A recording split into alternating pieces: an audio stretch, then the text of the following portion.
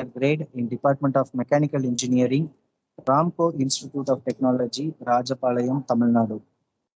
As far as Sir's academic profile is concerned, Sir is working in RIT from January 2023 to till date, and Sir has held many positions as a convener, coordinator for incubation centers, and Sir is having a very potential industrial experience as a team leader at Toyota Shusho Assembly India Private Limited.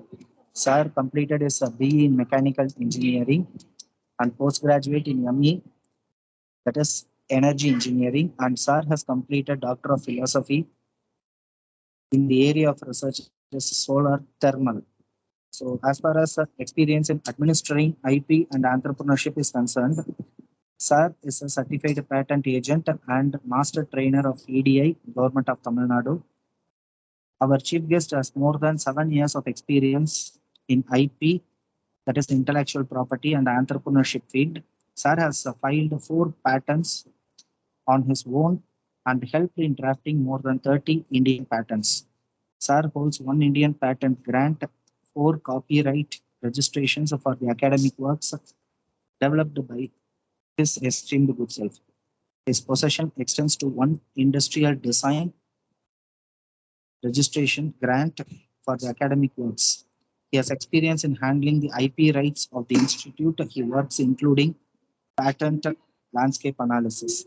SAR acts as a mentor for for Anomaly Innovation and Incubation Research Foundation, Chidambaram, and SAR is the committee member of Industrial Innovative Council of Nurul Islam University, Kanyakumari, Vivekananda Institute of Management Studies, Coimbatore, Kapila of KSR College of Arts and Science.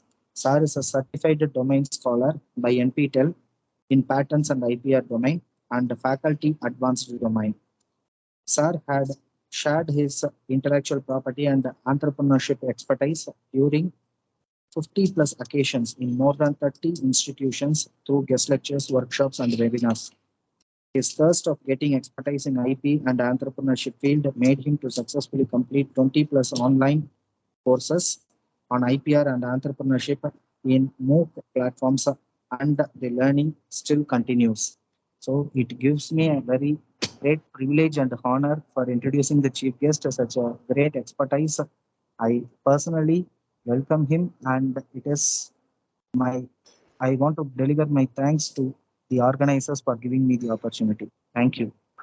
Thank you, Narasimhan sir. Thank you so much. So, Mr. Arun Kumar sir, I request you to take over the session, sir. Yeah, am I audible now? Yes, sir, audible, sir. Yeah, thank you. So hopefully my screen is getting presented. And we'll get into the session. So I would like to thank the management of Manna Thirumala Nayakar College as well as my own institute management for giving me this opportunity to share what I have learned in the past 7 years in the field of intellectual property rights. And as far as this session is concerned, we'll be having the session for up to 1 hour 15 minutes, and the remaining 15 minutes we'll try to have a Q&A so that the clarification, if there are any related to this content, which can be clarified. And before getting into the content, I would like to have a small disclaimer here that throughout my presentation, what I have made is that I have included a lot of examples like a company name and logos and brand names. And the sole purpose of bringing those company names or brand names or logos or those examples are only meant for getting a better understanding about the concerned type of IPR. And I am here to not promote or demote any brand or any company here. So with this small disclaimer, we shall look into the agenda of this session. So what is going to be the agenda is that as the topic is being given as intellectual property rights, in which I was asked to focus on patent, copyright, industrial design, and a trademark. So what I'll do is that I'll just give you all an overview what is actually an intellectual property is, and how it differs from a tangible property, that is a general in call we used to call it as a property, and what is the need for this intellectual property, right? And the different types of APR, because most of us may have a restricted thought that IPR is confined towards patent, copyright, trademark, and industrial design or whatever it may be. But still, there are four other more types of intellectual property rights which has been administrated in our country. So we just have a glance on the different types of intellectual property rights that is administrated in our country. And being an academician, we need to have or a better understanding about the types of IPR which are more relevant to us, as well as I'll take you all in such a way that in what way these type of these 8 different types of IPR is going to help towards entrepreneurship. So in what way it is going to get connected. So in that aspect, we'll take the different types of IPR with a special focus on patent and its criteria. And towards end of the session, apart from patent, we just explore deep about the remaining 7 types of IPR, that is apart from patent. So totally there are 8 different types of IPR. So this is what the session agenda is going to be. And in this flow, I am going to engage you all for the next 1 hour, 15 minutes. And upon completion of the same, we just have a discussion session so that, or a Q&A session so that the clarifications can be clarified. So with this, I'll just get into the session. So we all able to see a monument here or temple, right? So it is a historic temple. So once we every one of us know it is actually Tanjore Big Temple, right? Now, one thing that we have to have in our mind is that the reason for constructing a temple is to worship God. So hopefully I'm correct, right? So temple or whatever it may be, a devotional place, so our worship place. The purpose is to worship God, right? But in the case of this Tanjore Big Temple, most of us doesn't know what is the actual name of the god who is residing in this temple. The actual name. So we used to say it as the Lord Shiva, but the actual name we all or most of us doesn't know, and the actual name is Brahadiswarar, or in Tamil we used to call him as Tanje Peruraya, right? We used to call him as Peruraya. So once again, I'm stressing here that the reason for constructing a worship place is to worship God. But in case of this monument, most of us doesn't know the name of the God who is residing, but almost all of us know who constructed this temple. Obviously, Rajaraja Cholan, right? That is the importance of property.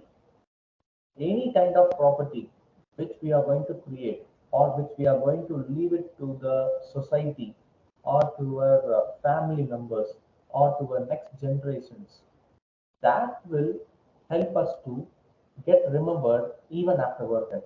So that is the importance of property. So if we leave some property, we will be getting remembered even after our death for hundreds of years or even thousands of years. As like this Tanjore Big Temple is an example. It is actually a property which is left for the society, which was left by Rajaraja Cholan, and that is why we are able to remember him rather than we are able to recollect the name or we are able to remember the name of the god who is residing. So that is the value of a property for an individual. And once again, to know in depth about the importance of this property in general. So we all know who is he. He is actually Tiruvallur, right? And we don't know what is actually his birthplace and in which year he born.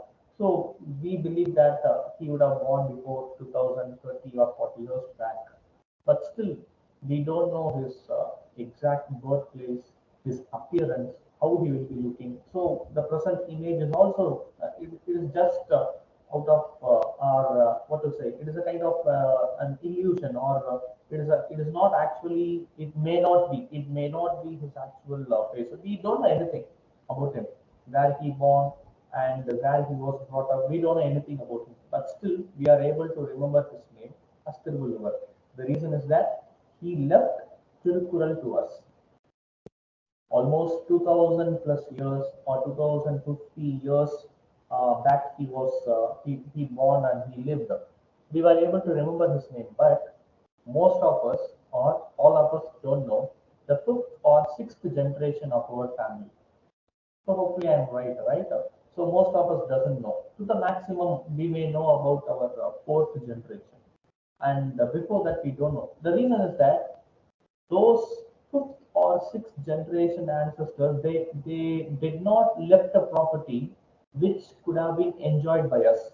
That is the present generation. Whereas the property which they would have left would have been enjoyed by our third or second generation ancestors, right? So what I'm trying to convey here is that that is the importance of property. If we leave some property to this society or to this family, then we will be getting remembered. And that is what the importance of property is. Now, let us move further. Let us go further to get a better understanding about intellectual property. So far we have understood what is the importance of a property in general. It can be either a tangible one or an intangible one. In general, a property. Now we get deep understanding about the need for this intellectual property rights. So before that, you all able to see an image here. So one is onion, another one is tomato. So we all came across the hike of the price of these two commodities.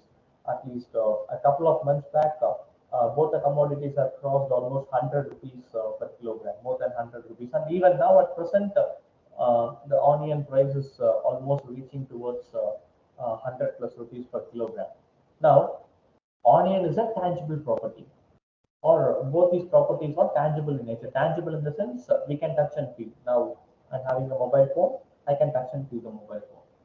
So, whatever the property which I can physically touch and feel, those properties can be called as a tangible property. And this onion or tomato being a tangible property, we all use this tangible property in our day-to-day life. In our everyday kitchen activities, we are using it.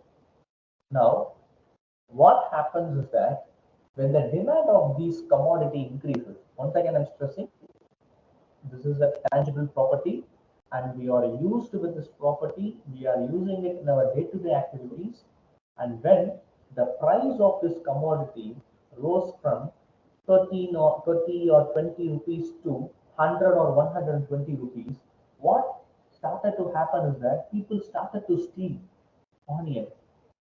And the reason is that the demand have increased, which led to increase in the price. Once again, I'm stressing these properties are tangible in nature. The people are there enough to steal the tangible properties. Now think about your intellectual property, which is initially intangible in nature. For example, you are having an idea, you are going to share it with your friend. You are going to share it with your friend based on the hope or based on your friendship. Now, imagine that your friend had used the idea and he had developed some product and he is getting the monetary benefit. Now, how you will be able to prove that that idea belongs to you? It is always difficult, right? For example, in case of the stealing of onion, here you can see you are able to see a camera where a person is taking that onion bag. So, being a tangible property, it is easy for us to collect the evidence that someone have stolen the property. But in case of your intangible property, how you will be able to prove that your friend or someone else or a third person have stolen your idea? You cannot say that we had a chat on so and so day. On the day I shared the idea to him and or her, and he or she had stolen the idea from me. How you will be able to prove that? So you need some an evidence to prove that that idea belongs to you. So that is where this intellectual property rights comes into the picture.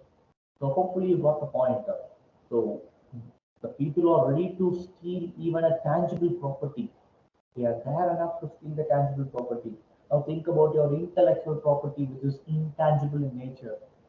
The lot of people are around us, they can easily steal the property and they can claim the benefit or credit out of that idea. So it is your responsibility to protect your intellectual property, which is an intangible property in nature.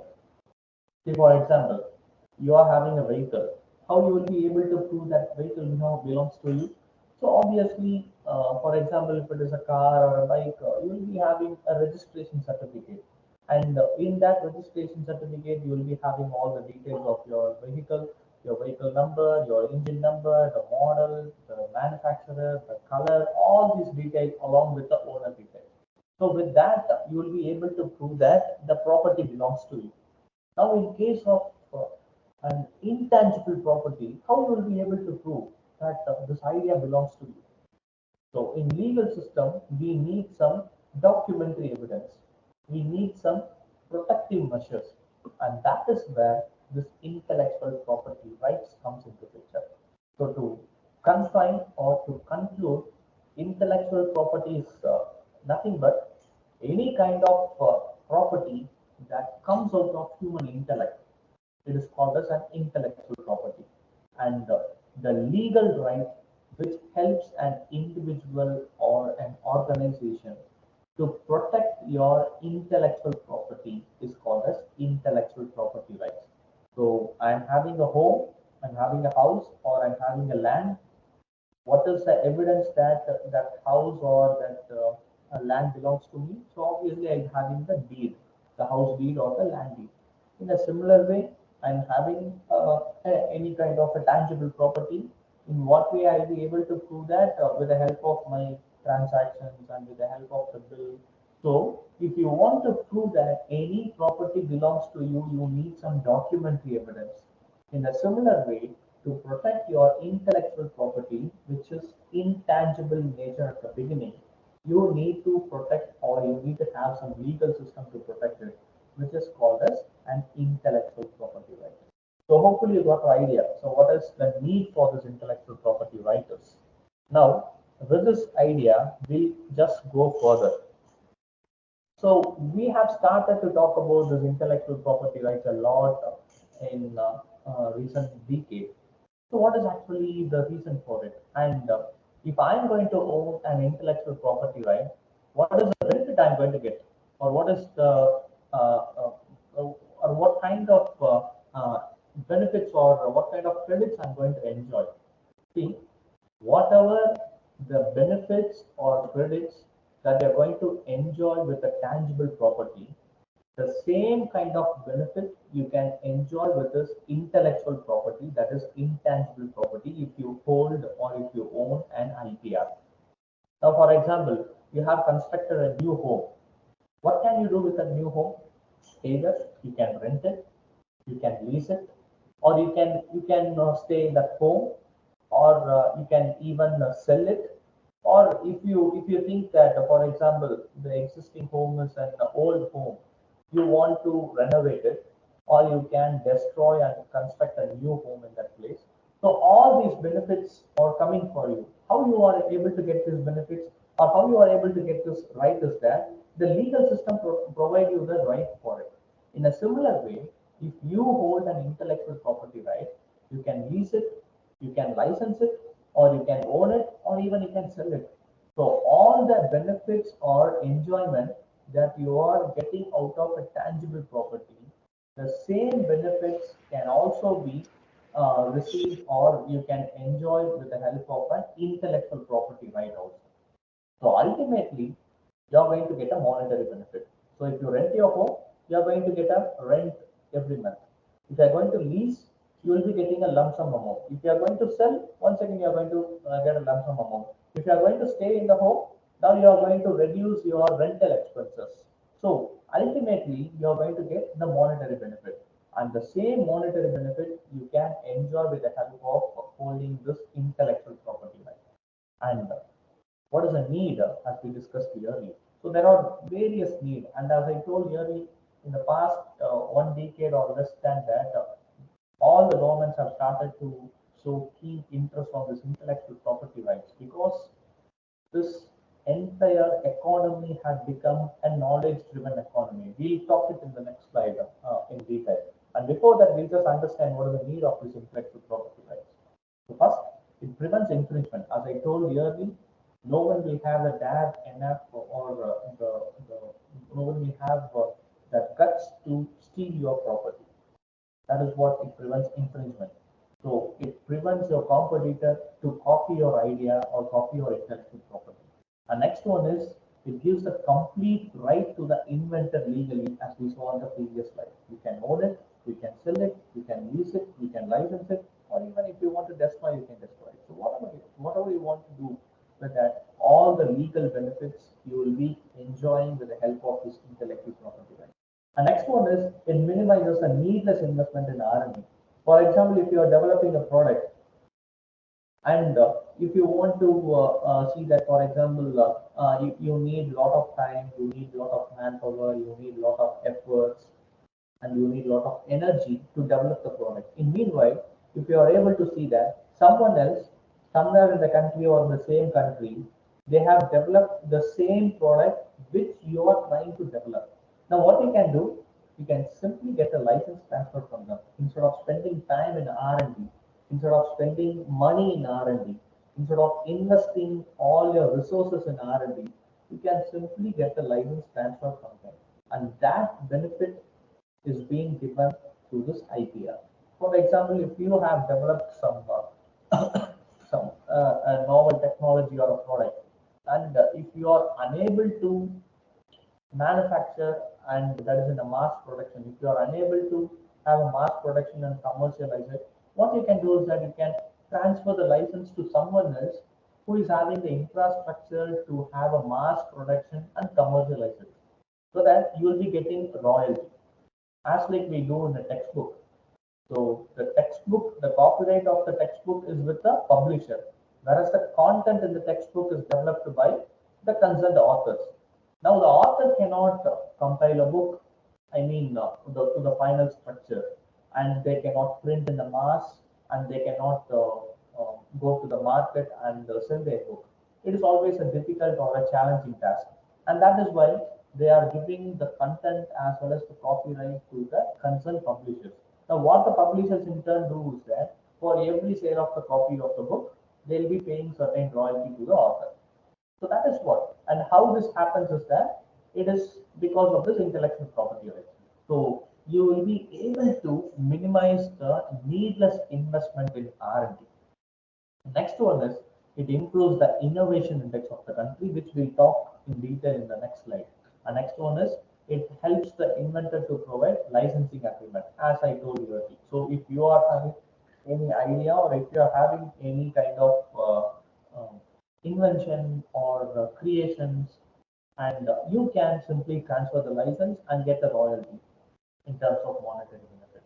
And last one is ultimately, as we discussed so far, it is going to give you the monetary benefit, and these are all some basic need of this intellectual property rights. Now we have a discussion about this global innovation index. So as we saw in the previous slide, that the fifth importance or the need of this intellectual property right is that it improves the innovation index of the country. See, now you can see the table and the ranking in this innovation index. So actually the index is called as Global Innovation Index, and it is being released by WIPO, World Intellectual Property Organization, which is actually an administrative body or a branch of United Nations organizations, so it is exclusive for administrating IP across the world. Now, what this WIPO does is that is World Intellectual Property Organization does is that they release this Global Innovation Index ranking every year, and you can see the position of our country. We are at 40th spot, and the recent rankings in 2023 it was released, and in that also India retained the 40th spot. Now, what is the reason for presenting this ranking here is that now see, India is considered to be the most populous country in the world. So UN predicts that India to be the most populous country in the world, and once the census or the statistical data of the census, once it is getting completed and released, we'll get the actual number. But what even predicts is that by the year 2022, end of 2022, India to have almost 40 lakh more population than China. It is a prediction. And even also says that India is a country which is having an average age of 28.4 years, which means that almost 60 percentage of our entire population is less than 40 years. Now, see, India is always that is India is always we used to compare and compete with China, and even in population we both the countries almost have the same population, but still India have an edge of advantage that our population is rich with youngsters. In spite of having this rich in human resource, we are unable to make it to the top 10, and that is what the concerns are about. Now, you just imagine after 20 years, what happens is that all these engaged people will move on to a middle age or an old age group, right? At that time, we cannot generate as much as intellectuals or as we can, or as like to the potential which we have now. And that is why the governments are keen in promoting this intellectual property rights, and after protecting it, they are encouraging to commercialize it. All these efforts are being taken by the government for that reason only. Now, in spite of being the one of the youngest country and the country to have most young population, still we are at 40th spot. We need to improve. The reason is that it doesn't mean that in India we don't have innovation. We do have innovations. We do create some inventions. But where do we fail is that we fail to protect and commercialize it. And that is where we are getting lagged. So, and for this reason, we are unable to reach this top 10 spot in this global innovation index. And one positive thing is that almost 6 years back, we were at 81st spot, and now in the 6 years, we have jumped almost 41 spots ahead. That is one positive thing, but still, we need to improve a lot.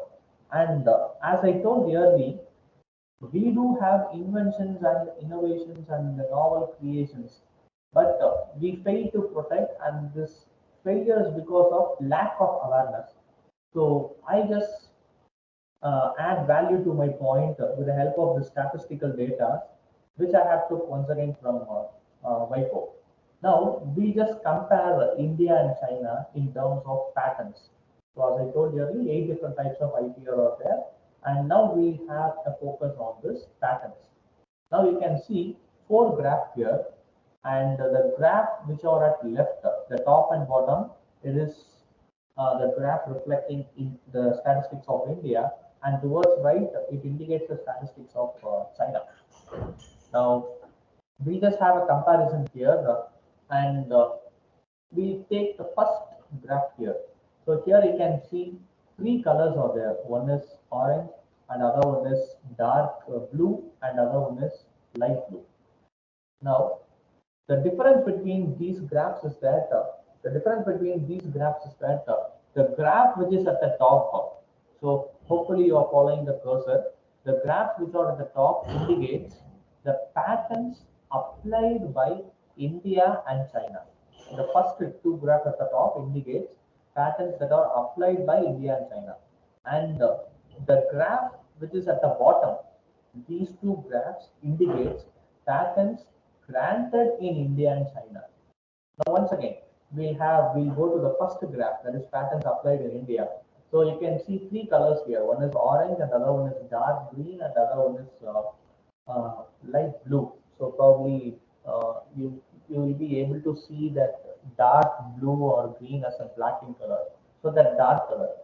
Now the difference between these 3 colors is that with respect to India, I tell you, this orange color indicates number of patent applications filed by a non-resident in India. That is filed by some other country people in India. And this dark color, either it's a black or green, whatever it may be, that color indicates number of patents filed by Indians in India. And this light green indicates number of patent applications filed by Indians in other countries. Now you can see the color which dominates here is orange. That is, other country people are filing more patent applications in India. And here we have the same comparison in China. The color which dominates here is this dark green, this dark color, which clearly indicates that the number of applications filed by Chinese in China is maximum. Now, India is a country with more than 140 plus crores of population. It is a huge market, and it is evident that with this graph, we can understand this huge market is effectively utilized by other country people, whereas we lag in utilizing this market. So we need to utilize it. So that is where the comparison is. So we lag in numbers. Now we just have a comparison in terms of quality of these inventions. Now, as far as this patent process is concerned, the time that takes for declaring the patent grant or rejection status is, it will take.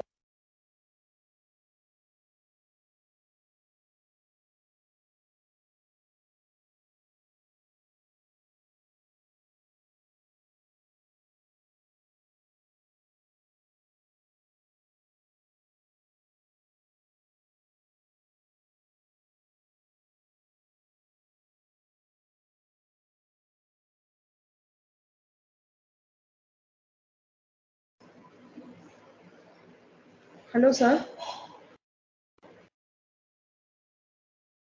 Sir, Arun Kumar, sir, your voice is not audible, sir.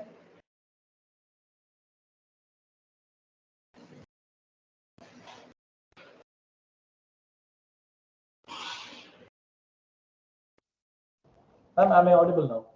Audible? Okay, sir. Am I audible? Now it's audible, sir. Yeah, thank you. Thank you. Okay, fine. Now we just compare the quality of this inventions between India and China. Here you can see this third graph, that is towards the left side, this bottom graph. You just follow my cursor. You can see we consider the number of patent grants in India which are filed by Indians. That is this dark color. In the year 2020, the number of grants which were given in India for the applications filed by Indians is 5,000. 5,000 grants have been given. So if the application is being granted with patent in the year 2020 means, then it should have been filed in the year 2016 or 17. And we just have a comparison there. So in the year 2017, the number of patent applications filed by Indians in India is approximately 15,000 applications. So now we can come to a conclusion that approximately 1 in every 3 applications are getting the status of grant. Out of 15,000 applications, approximately 5,000 applications are getting grant. So the quality of invention in India is 1 in every 3 applications is getting granted. Now we have the same comparison with China. Now the number of patents that are being granted to the applications which were filed by Chinese in China in the year 2020, you can see the numbers is approximately 4,20,000, almost 4,20,000.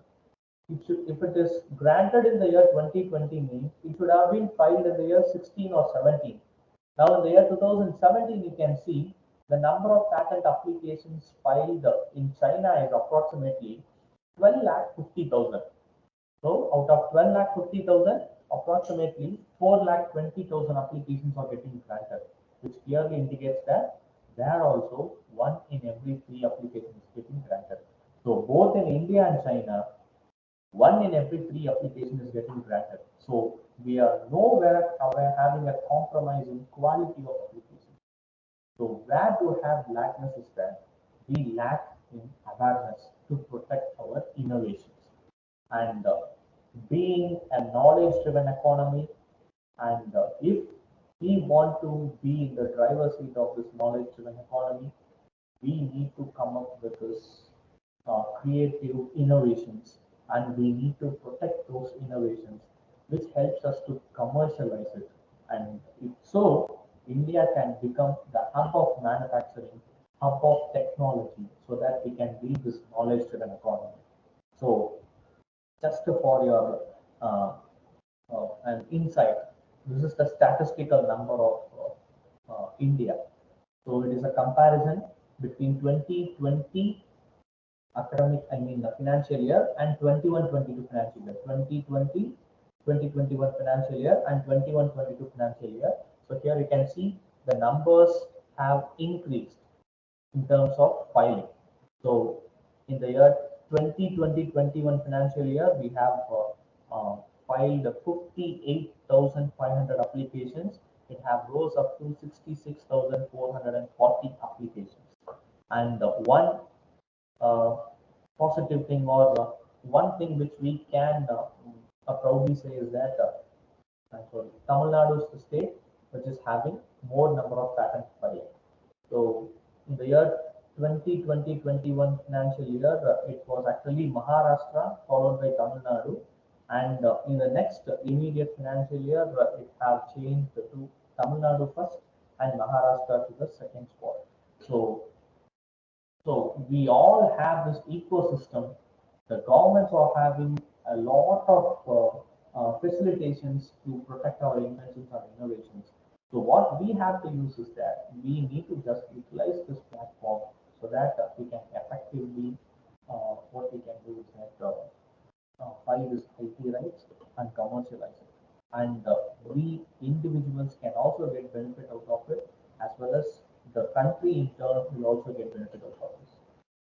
So this is all about the basic introduction about this intellectual property right and its need.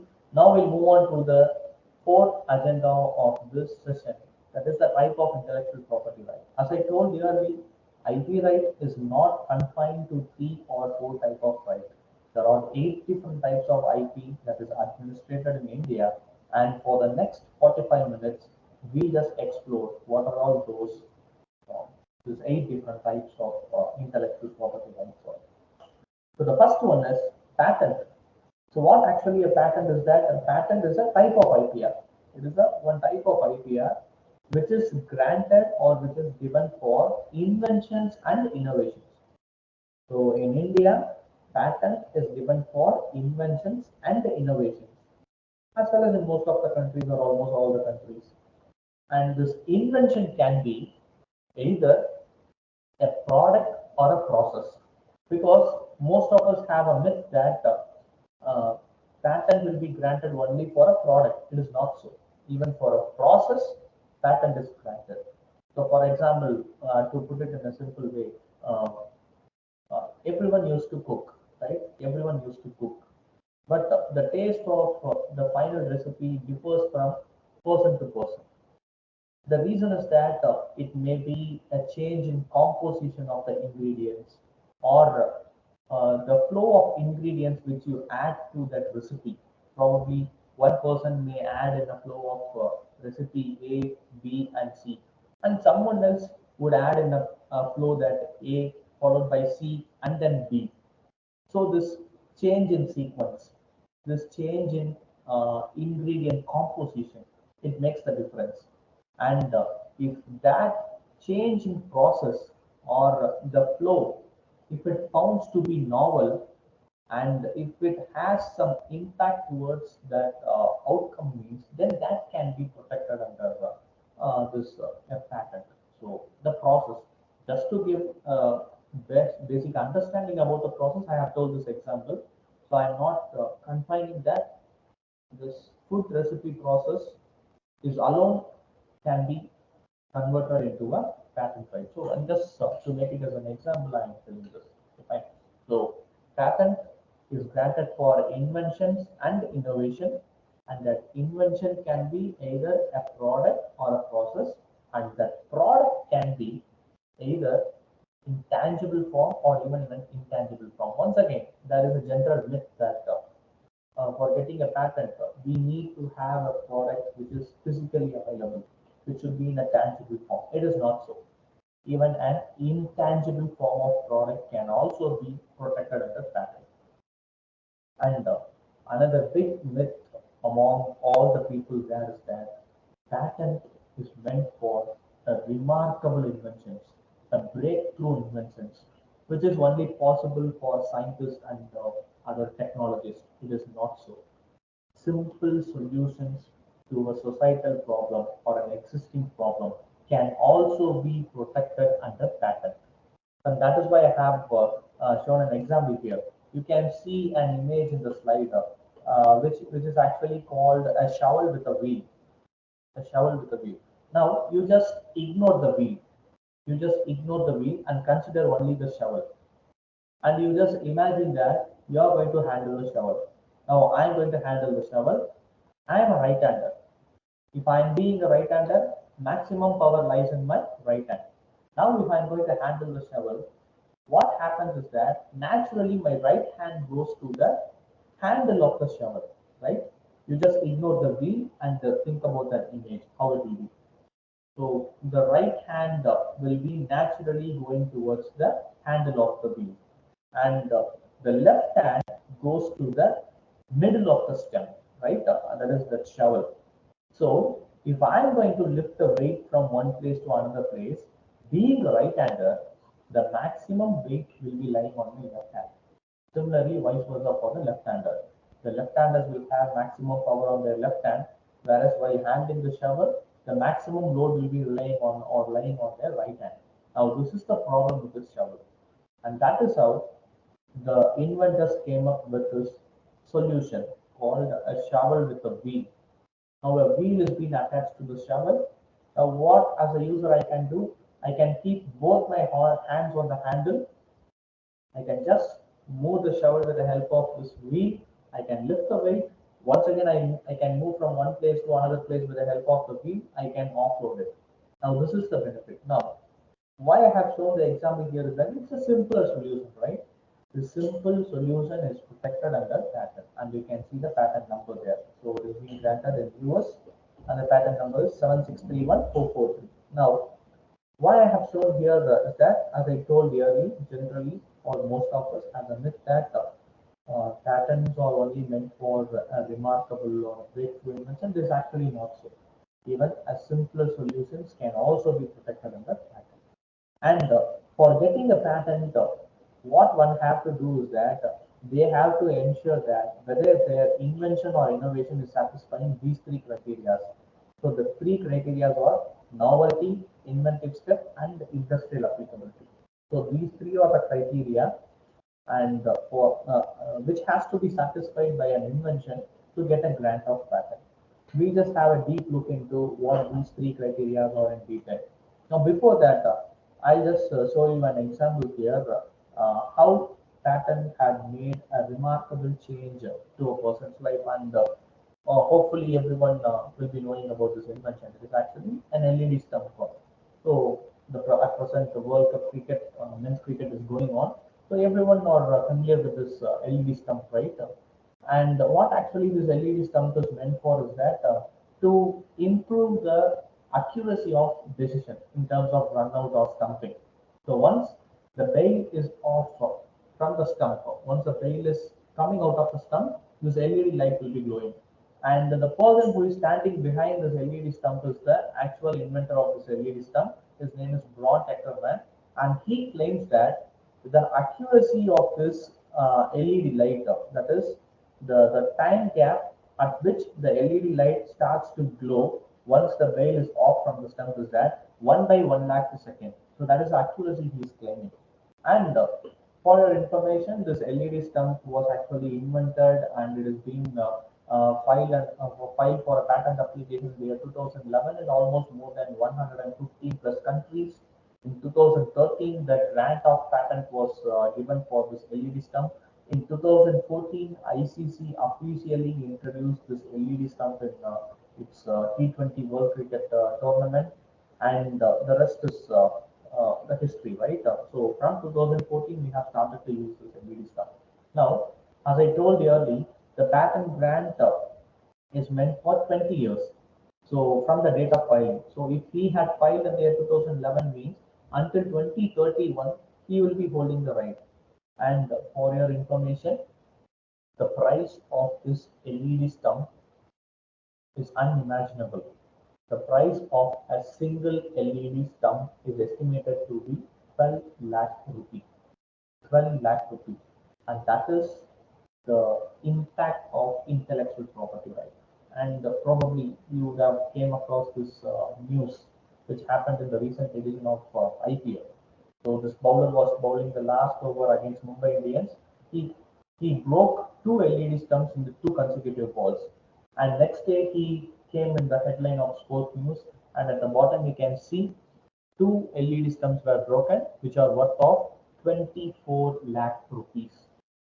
Just a single LED stump is fixed with a price of 12 lakh rupees. And that is the impact of intellectual property rights. Okay, fine. So with this a small brief about this LED stump, we'll look into the criteria.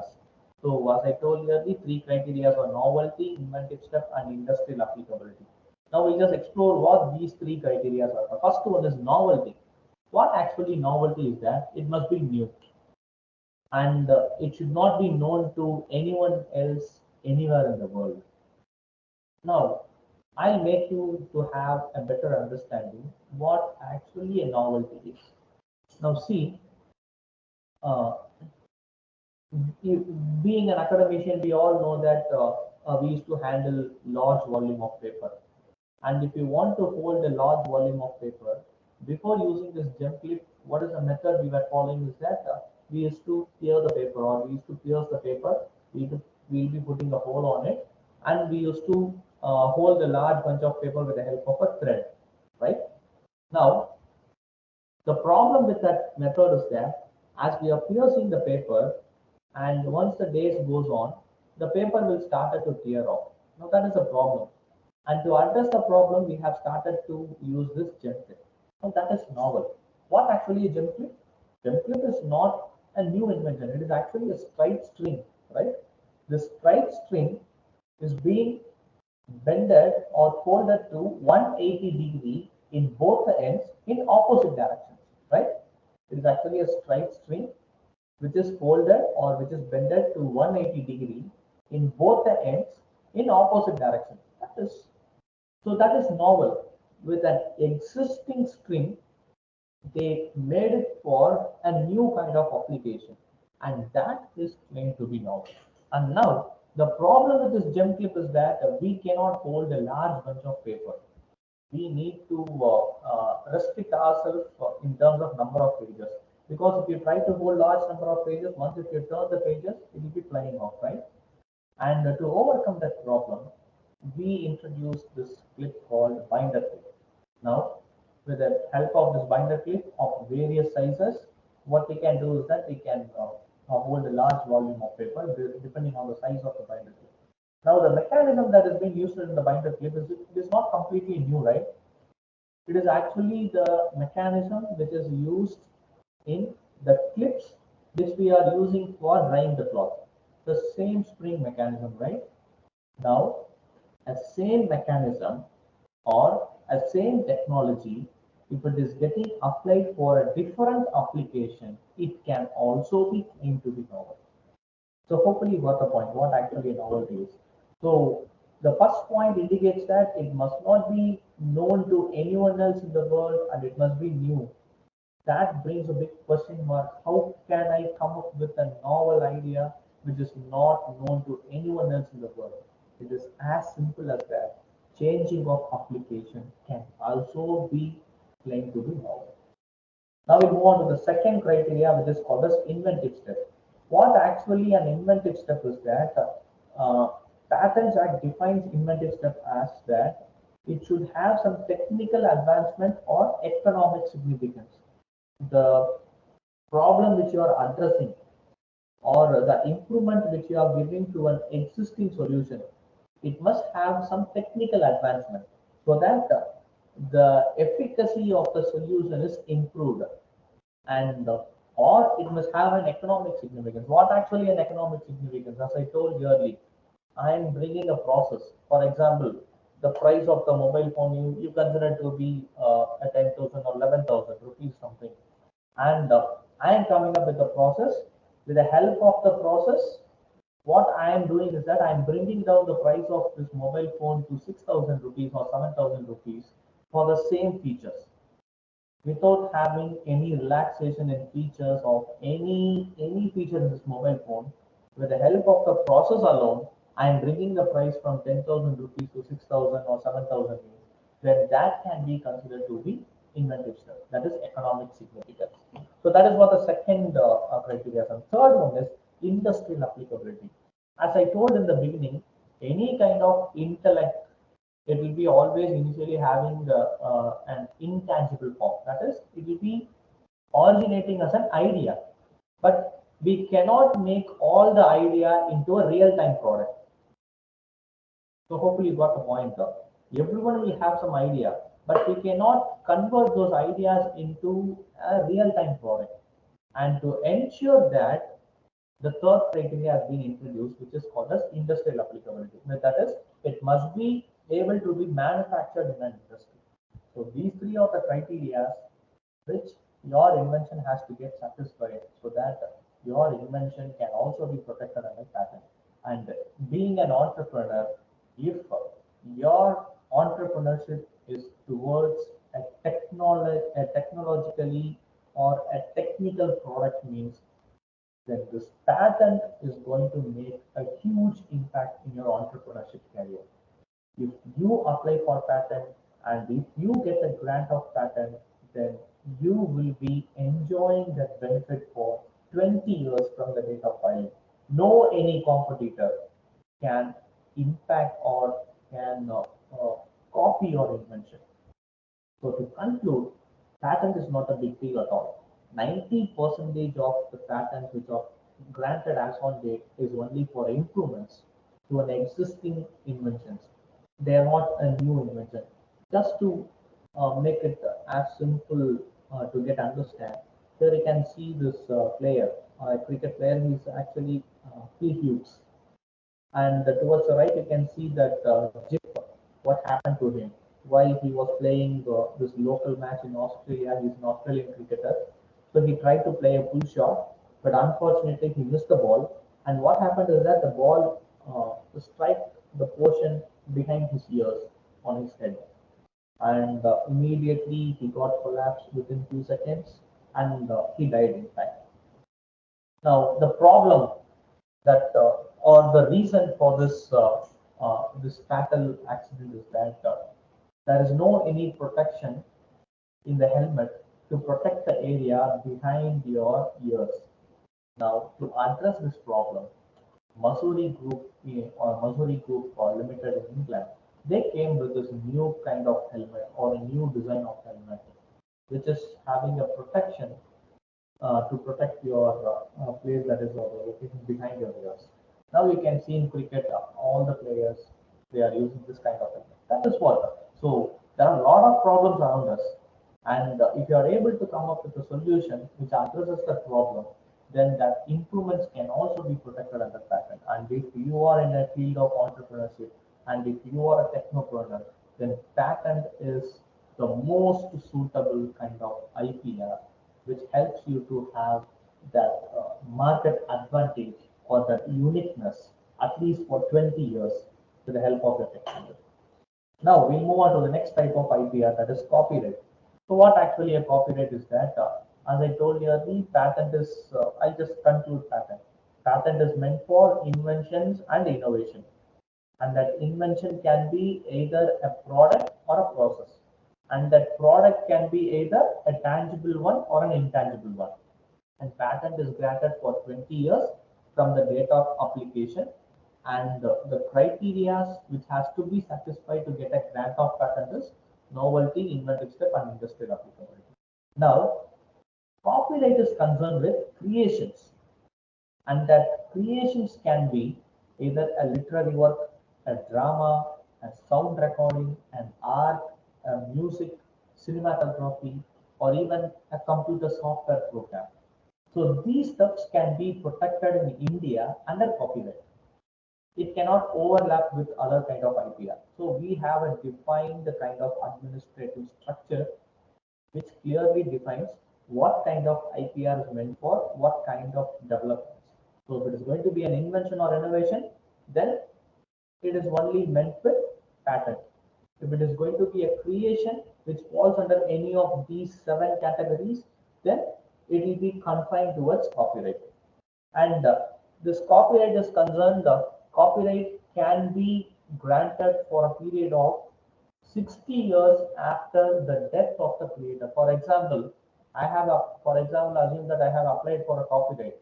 I have received the grant status. The period of grant will be until 60 years after my death.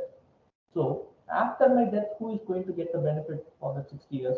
Obviously, as like our tangible property, that is our house or land or whatever it may be. So who is going to get the benefit out of it after our death? Our legal heir. In a similar way, these intellectual property rights, this intangible rights will also go to the legal heir. Now, one one thing related to copyright is that copyright creations need not to be completely new. Even expression of thoughts can also be protected under copyright. For example, you consider Jungle Book. Jungle Book, it came in different forms, right? It came as a book, it came as a comic, it came as a cartoon, it came as a film, it came as a 3D animated film.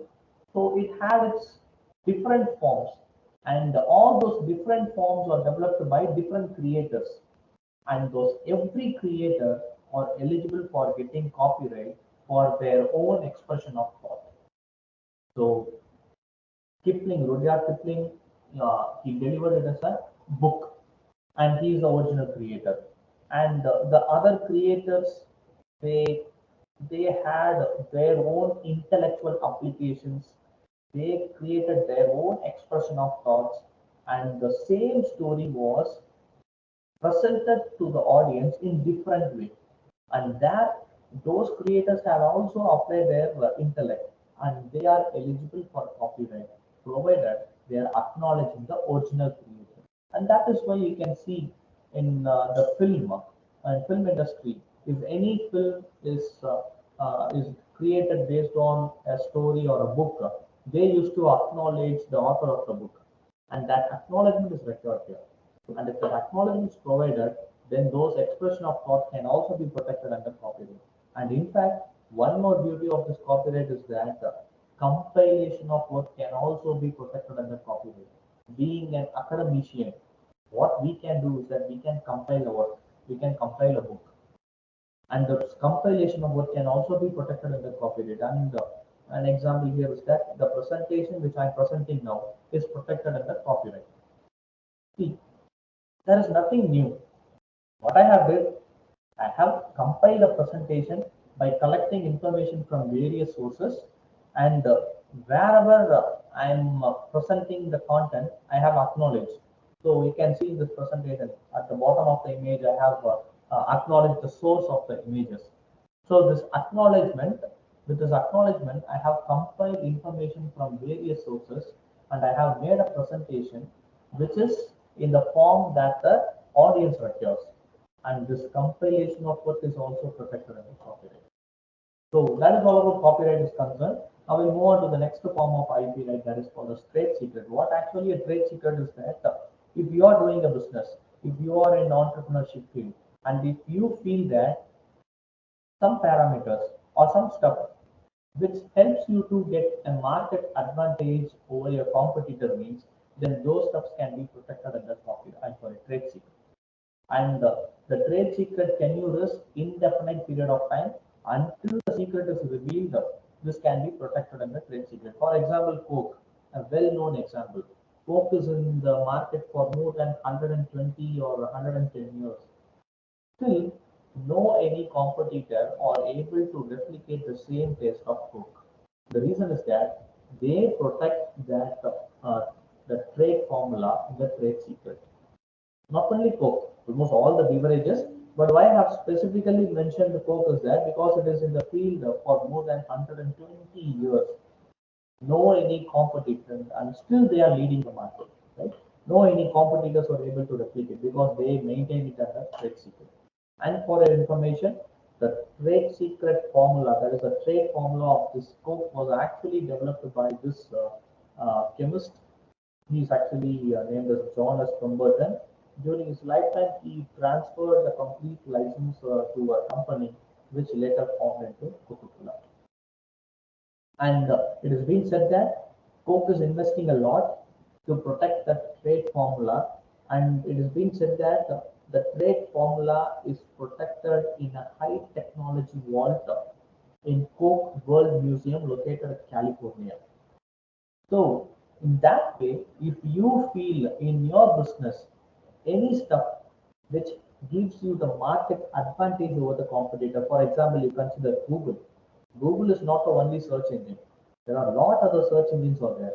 But why people prefer Google is that the accuracy of result. For example, if I'm going to search Anna Nagar in Madurai, then Google tells me the information about Anna Nagar in Madurai. And if I stand in Chennai and search about Anna Nagar in Chennai, then it shows the result of Anna Nagar in Chennai. That accuracy. And that accuracy is because of the software program behind the screen. Right? So that we are protecting under trade secret. In a similar way, if you feel that any stuff in your business is eligible for giving you a competitive advantage in the marketplace, then those steps can be protected under trade secret. And as I told in the beginning, trade secret, there is no any defined period of time for protection. Until the secret is maintained, it lives. And once the secret is getting revealed, and it no more stays as a secret. And the next type of IP is trademark. So what actually a trademark? It is most relevant to any kind of business, because any signature which helps the consumer to identify or distinguish the goods and service between two providers means, then those signatures can be protected under trademark. For example, a car is moving on the road. If I want to identify which company it belongs to, I just look into the logo. With the help of the logo, I can able to identify who is the manufacturer. So in that way, if a consumer is able to identify the difference, or if he or she is able to distinguish the goods and service between two different competitors, or two different providers means, then those steps can be protected under trademark. It can be a smell, it can be a sound, a brand name, signature, label, name, whatever it may be. Anything which helps the consumer to identify the brand and the company which it belongs to, then it can be protected under trademark. And trademark protection in India is for 10 years, after which you can renew it for indefinite period of time, but you can renew it for every 10 years only. So for 10 years, you can renew your trademark indefinite period of time. And if you have a business, and if you are going to start a business, my recommendation or suggestion is that after registering your company, you just go for this trademark registration. I'll tell you why, and in what way this trademark is going to add value to your business. Before that, we just have a small understanding about this trademark. And if you have any product in your hand, or if you go to the market, if you are going to buy any product, you just see whether the brand name, at the top of the brand name or closer to the brand name, if there are any mark with TMRR. If it is having the mark called TM means, then it indicates that the company have applied for trademark, yet it is to be granted, that is registered. And if there is a mark R in a circle means they have applied for trademark and it is being granted. And if there is no any mark, it is clear that they haven't gone for trademark registration. And for your information, here at the left side, you can see this India gate, which is indicated by TM. So while preparing this presentation, it was actually with the mark TM, and if you go to the market, you can see the mark R in a circle. That is, they have got the grant of this trademark registration. Now I'll tell you in what way it is going to help you in improving your business or adding value to your business. Now I'll show you one by one a few products. You just try to identify the product. You need not to tell. You just think in your mind. So what is the product name? So we all used to say the product name is Dalda, right? But the actual name of the product is Vanaspati. So Dalda is a company which manufactures this vanaspati. But being a consumer, the name of the trademark registered name of the company have got registered in our mind and it overtook the product name. Similarly, this one. So this is actually it is actually called as diaper, right? Whereas in a conventional or in a traditional way, we used to call it as a pamper. You just imagine you are going to buy a diaper to your baby. You are going to the you are going to the shop and you are asking the shopkeeper, give me a diaper. Now the shopkeeper will be asking you which brand you want, either Pampers or Mammy Purple Pants or Huggies, whatever it may be. Now you just imagine, instead of asking give me a diaper, you just going to the shopkeeper and asking give me Pampers. Now what the next question will be is that what size you want.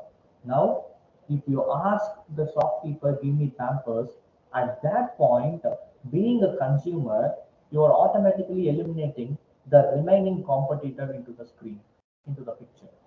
Now that is what this trademark is. So if you are going to develop any product and if you are having a registered trademark, a day will come upon which the product name will be overtook by the brand name, and people starts to call the product with your brand name. Similarly, this product, so it is actually called we used to call it as JCB, but the actual name is backhoe loader.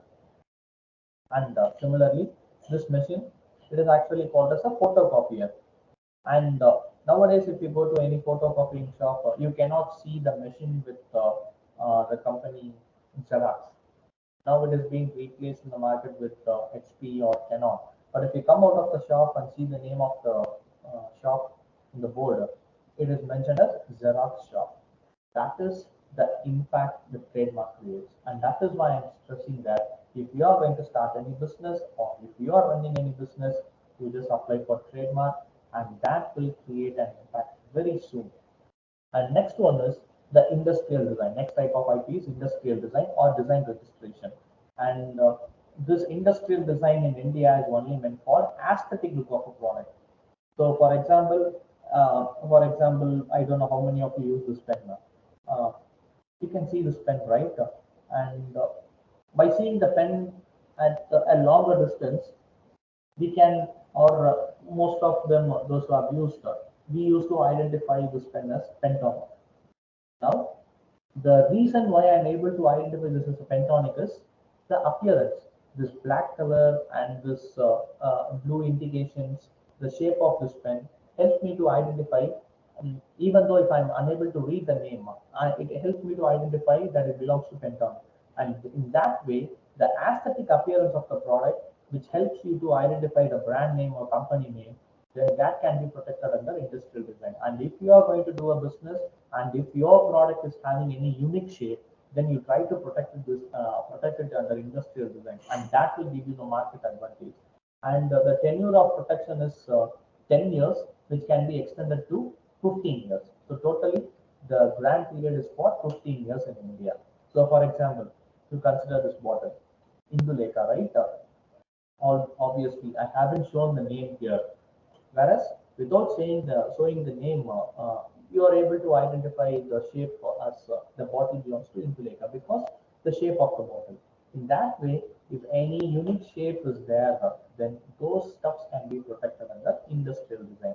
And if your business involves a product which is having its unique shape, then that can be protected under industrial design.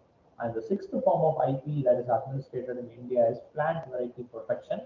And this is meant for any inventions that are related to plant kingdom. If you're coming up with any kind of new or novel innovations which falls under plant kingdom, then those steps can be protected under plant variety and farmers right protection. And for example, this Monsanto, this company have came up with this genetically modified cotton seed, which we used to call it as BT cotton. And the problem with the traditional cotton or natural cotton is that that cotton seed or cotton plant is getting affected by bollworm. And Monsanto had genetically transformed the seed, and they came up with this novel seed called BT cotton seed. and that can be protected under plant variety protection. And the tenure of protection is also once again 15 years. And the seventh type of IP which I have not included in the presentation is SICLDR, Semiconductor Integrated Circuit Layout Design Registry Protection, or shortly it is called as IC protection. And as in India, we are not that much familiar with IC and semiconductor protection, so we don't have that much exposure. And in spite of being introduced in India in the year 2001, so far only two SICLDR protection has been given in India, and one is given for Bharat Electronics Limited, and the other one is given for ISRO. The last type of IP is geographical indications. So in Tamil, we used to call it as Kudisar Kuriyidu. So if you are using any product or a commodity which have its unique feature with respect to a particular geographical location means, then those steps can be protected under geographical indication. For example, Madurai Malli and Madurai Sungudi Sari, and you can consider this Srivi Palkova or Kanchipuram silk. So all these commodities are having its unique characteristics or features with respect to the concerned location. For example, jasmine flower, it is not only cultivated in Madurai, it can be cultivated anywhere. But the quality of jasmine flower which are cultivated in Madurai is having that export quality, so that these jasmine flowers are converted or added value to be getting converted as a perfume. So if any commodity is having that unique feature with respect to this geographical area means, then those steps can be protected under GA. And it can be either an agricultural product or a manufactured commodity or a handcraft work or a natural foodstuff. And for your information, it was introduced in the year 1999. That is the GA type of IPR, and the first ever GA that was granted in India is for Darjeeling tea. And the first ever IPR, that is, GA that was granted to Tamil Nadu is for Salem fabric. And Tamil Nadu is the state which has large number of geographical indications in India. In India, almost for 478, if I'm right, 478 geographical indications have been granted, out of which, if I'm right, 55 were, I'm not sure about the number, 55 geographical indications are with respect to the locations in Tamil Nadu. And if you want or if you are interested in any kind of export business, then you can be a member of any kind of association which is having this GA, so that this GA tagged product are having much value in export market. So you can have that entrepreneurship career towards that also. And as far as GA tenure is concerned, it is meant for 10 years, and after 10 years you can renew it for indefinite period of time, that is for every 10 years.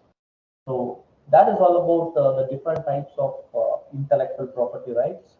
So hopefully I have completed on time. So as I told, 1 hour 15 minutes. Now the time is 11.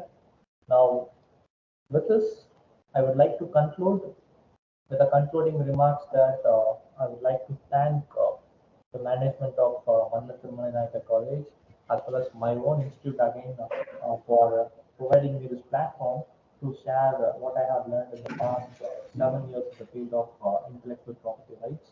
And also I would like to make a small note here is that so hopefully you all got a somewhat a better insight about these types of IPR.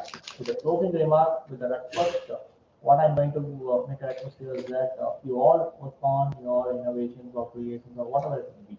Any kind of intellectual property or something of, you try to protect it under IPR, so that we can also become a hub of this knowledge-driven economy, this technology-driven economy, so that we individuals can also get benefited. The organization which we are getting associated with also get benefited, as well as the entire country will be getting benefited. So with this remarks, I would like to stop here. So once again, thank you organizers for this wonderful opportunity. Thank you, sir. Thanks for your valuable information regarding IPR and patents, sir. Dear participants, do you have any queries related to IPR?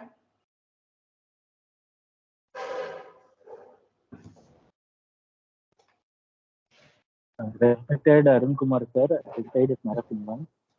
Yes, sir. Sir, in all your slides you have mentioned references, citation. Really, it is a very big take-home message for everyone, sir. Because whenever we are putting any data, it's just like that we will copy and paste it. Above that, all you have mentioned the citations. I wholeheartedly, humbly congratulate you for that great practice, sir. Thank you.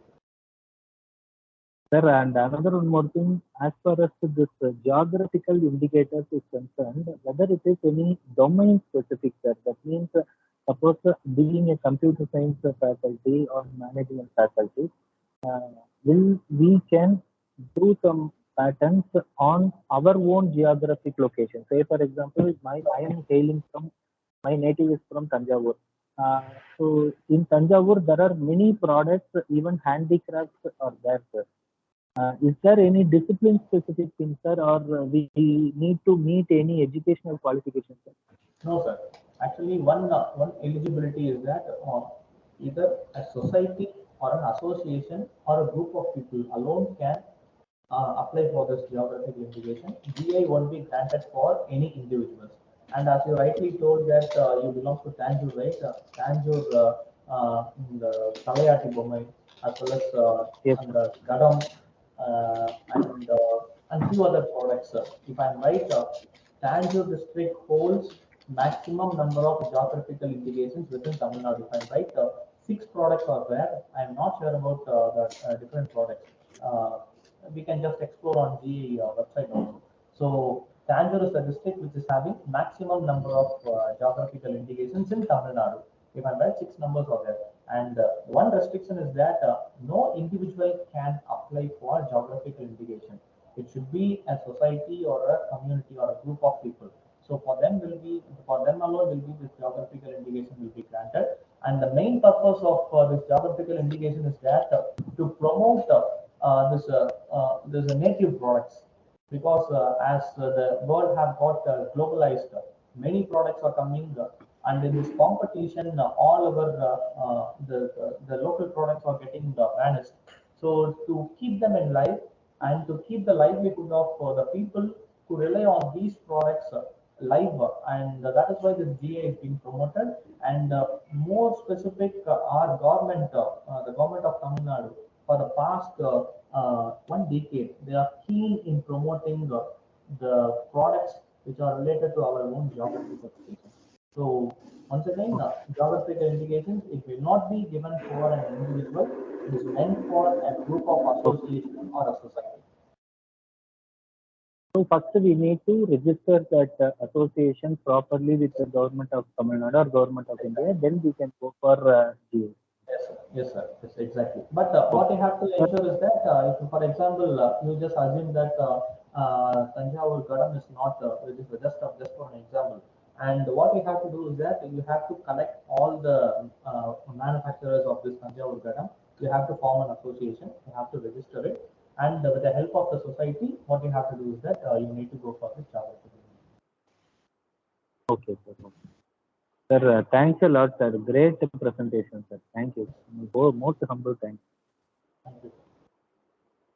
Sir, one more participant asked the question through chat box, sir. People are using copyrighted videos and audio in Reels. How come those apps protects the Reels makers? Actually, in copyright, there is an another type of right which is called as actually copyright it can be classified into two. One is called as legal right, and other one is called as natural rights. So this natural right will always be with the original creator, and this legal right will be with the legal right owner. For example, in case of a film industry, the legal right is always with the producer, because the producer is paying to the performers, right? For example, a musician or the director or a choreographer. So all these persons are performers, and these performers are being paid, and for which they are exhibiting their creations. And even the producer, even though if he is having the legal right, what he or she has to do is that they need to get the consent from the original creator. That is called as a natural right. And this copyright is actually a big concern in the present digital world, sir, because very easily anyone can steal someone else's work and they can claim this credit. So that is actually a big challenge now, and this challenge has been under concerned and it has been under the talk even in before level, and they are actually formulating certain procedures. So how we can digitally protect your creations, and that is why just I would like to say a small example. In most of the times, if you are going to download any a literary content from a website, you can see this watermark behind that Word document or PDF document. And that actually indicates who actually the original creator. So that the person who downloads from that watermark content cannot claim that it actually belongs to them. So there are a lot of challenges, and these challenges are being slowly getting sorted out. But still, the challenge, as you rightly said, is it is still is there. So it has to be sorted out.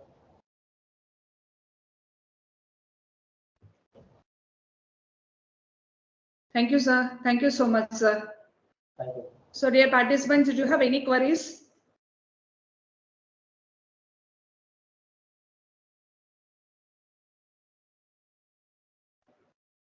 Thank you, sir. Thanks for your valuable information, sir. Thank you so much, sir.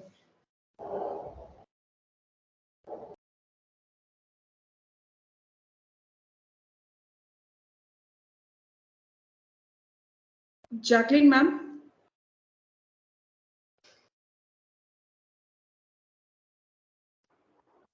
Good morning, ma'am. Ma'am, good morning, ma'am. Shall we start the next session, ma'am? Yes, ma'am. Okay, ma'am. So, my dear participants, I hope the first session is very useful to you, right? Yes, ma'am.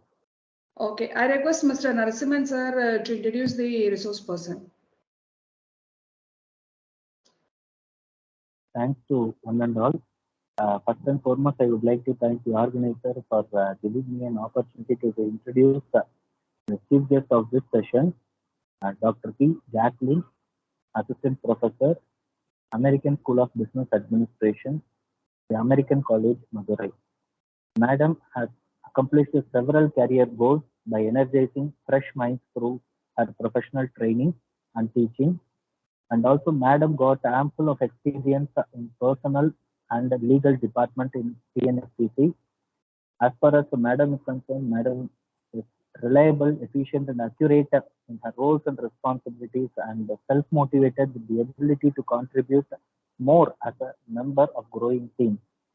The academic profile is concerned, Madam completed her Bachelor of Business Management with Computer Application, followed up with Master of Social Work, and also Madam obtained her MBA in Human Resource Systems and Hotel Management.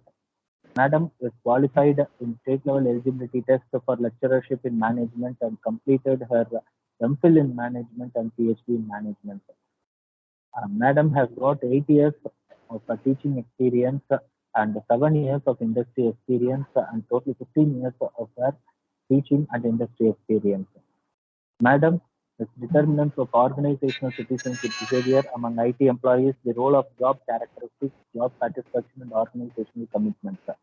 Madam has conducted a study on work-life balance of teaching staff in self-financing colleges with reference to Coimbatore. Madam has also conducted a study of public awareness towards a healthy lifestyle in Coimbatore city. Madam has done a study on perception of employees towards career planning and development in Bajaj Allianz Life Insurance Coimbatore, and also conducted a study on employee health and safety in Sri Kannatharan Mills Limited Coimbatore. To her credit, Madam has published 15 papers and presented in international, national, and state level conferences. 5 publications Madam published in UGC Careless Journal, and Madam has traveled across Tamil Nadu and acted as a resource person. So, with this brief introduction, let me summarize Madam's extraordinary capacity to handle this session, and I welcome you, Madam. Thank you, Madam. Thank you, Narasimhan, sir. So, I request Jacqueline, ma'am, to take over the session. Yes. Ma'am, shall I share my slide? Your voice is audible, ma'am. I wanted to share my slides, ma'am. Okay, ma'am. So is it? Uh,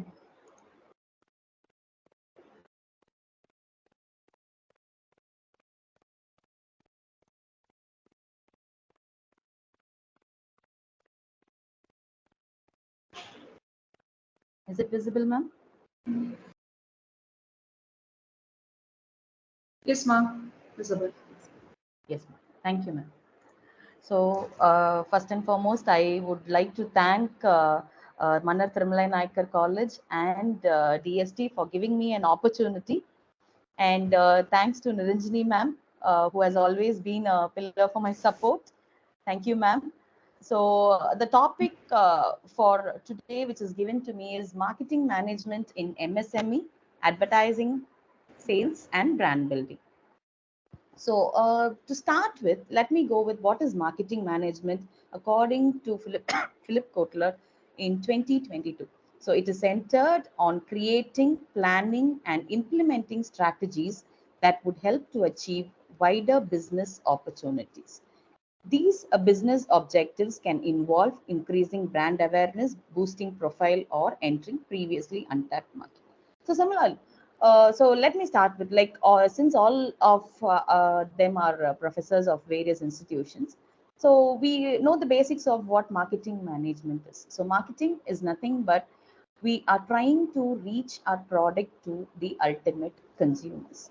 Now, so the GDP of our country, okay, lies mostly on the manufacturing and the sales of the products which are in the market. So ultimately, if a product is produced, it has to reach the ultimate customer. See, because all the products which we produce, we cannot keep it just like that, dump somewhere. It has to reach the final consumer, and the travel time of the product being produced and the product reaching the final consumer, okay, plays a very important role. So to identify who our target consumers are, to tap our market, and to boost up our sales, create a brand identity for ourselves. Okay, this is going to play a very important role. So what we are going to do is we plan, implement strategies. So what are strategies? As all of us know, strategies are nothing but they are long term objectives. So a company, uh, in a period of 5 to 10 years, what are they going to be? How are they going to be in the market? So are they going to be the king of the market? Are they going to rule the entire consumers? So what marketing strategies do they use in order to achieve the customer base? This is what is marketing. So in order to market our product, there are few more things which are there. So one is our brand, the awareness of our brand. Now the problem for most of the small traders or the startups, the problem arises where the products do not reach the market. Initially, they start up with a small area, a niche marketing, and then when they try to expand their business, okay, there comes the problem, because the creating brand for their product becomes a major concern. Then comes, like, once the brand is very popular, then profits automatically come into. Okay, so like, which market are we going to enter? So this needs an extensive market research. Without market research, it is very difficult for the producers or the intermediaries to reach the ultimate consumers. So this plays a very important role. The next slide. So the basics of marketing. So first, initially, it was the production concept, then came the product concept, then selling, marketing, and societal concept. So this is the base. So production concept. So the time frame where we used the production concept was up to 1940s, where The entire concentration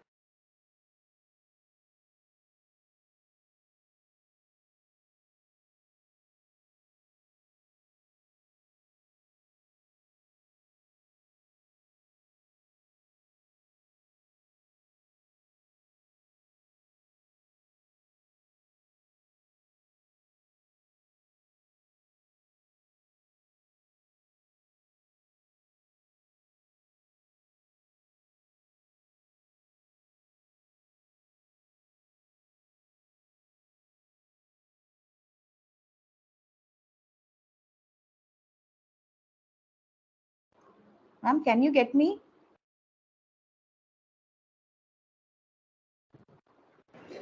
Ma'am, audible, ma'am. Is it audible, ma'am? Suddenly I'm getting a call. Audible, ma'am. Sometime before it, your voice is not audible, ma'am. There is a network issue, I think so. Okay, now is it clear, ma'am? Can I continue? Yeah, it's clear, ma'am. It's clear, ma'am. You can continue, please. Yes, ma'am. So I'll just.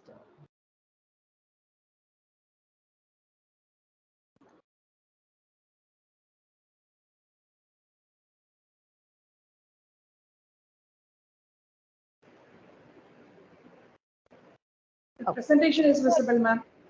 Is it visible? Yes, ma'am. So Yeah, I'll it is. continue.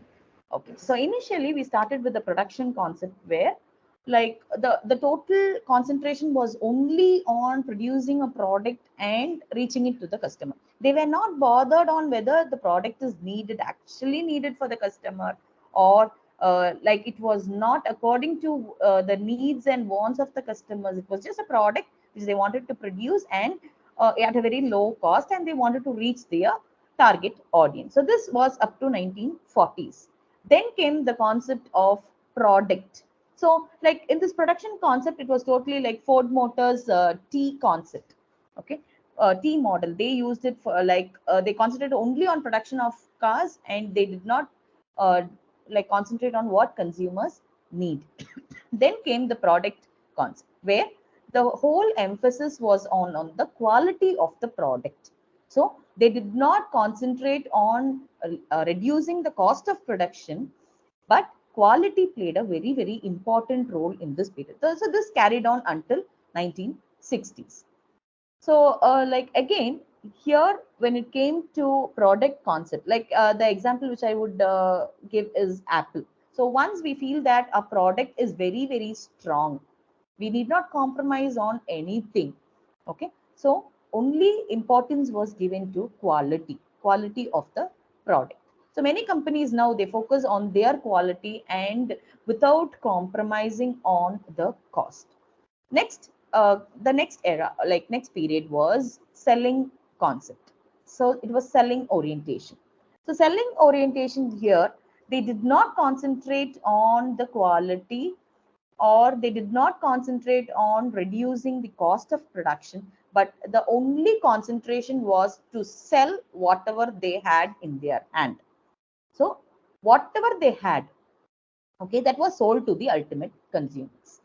So again, I give an example of the insurance companies. There are so many insurance companies which are there available in the market. So when we have people coming and talking to us, they focus on what they have, and they do not cater into what we need. So the companies, whatever plans they have, or whichever plan will be more more profit oriented plans, for that only, like profit oriented in the sense the target where the executive has to reach, and it will be based on purely that. So they just want to sell their product in the market.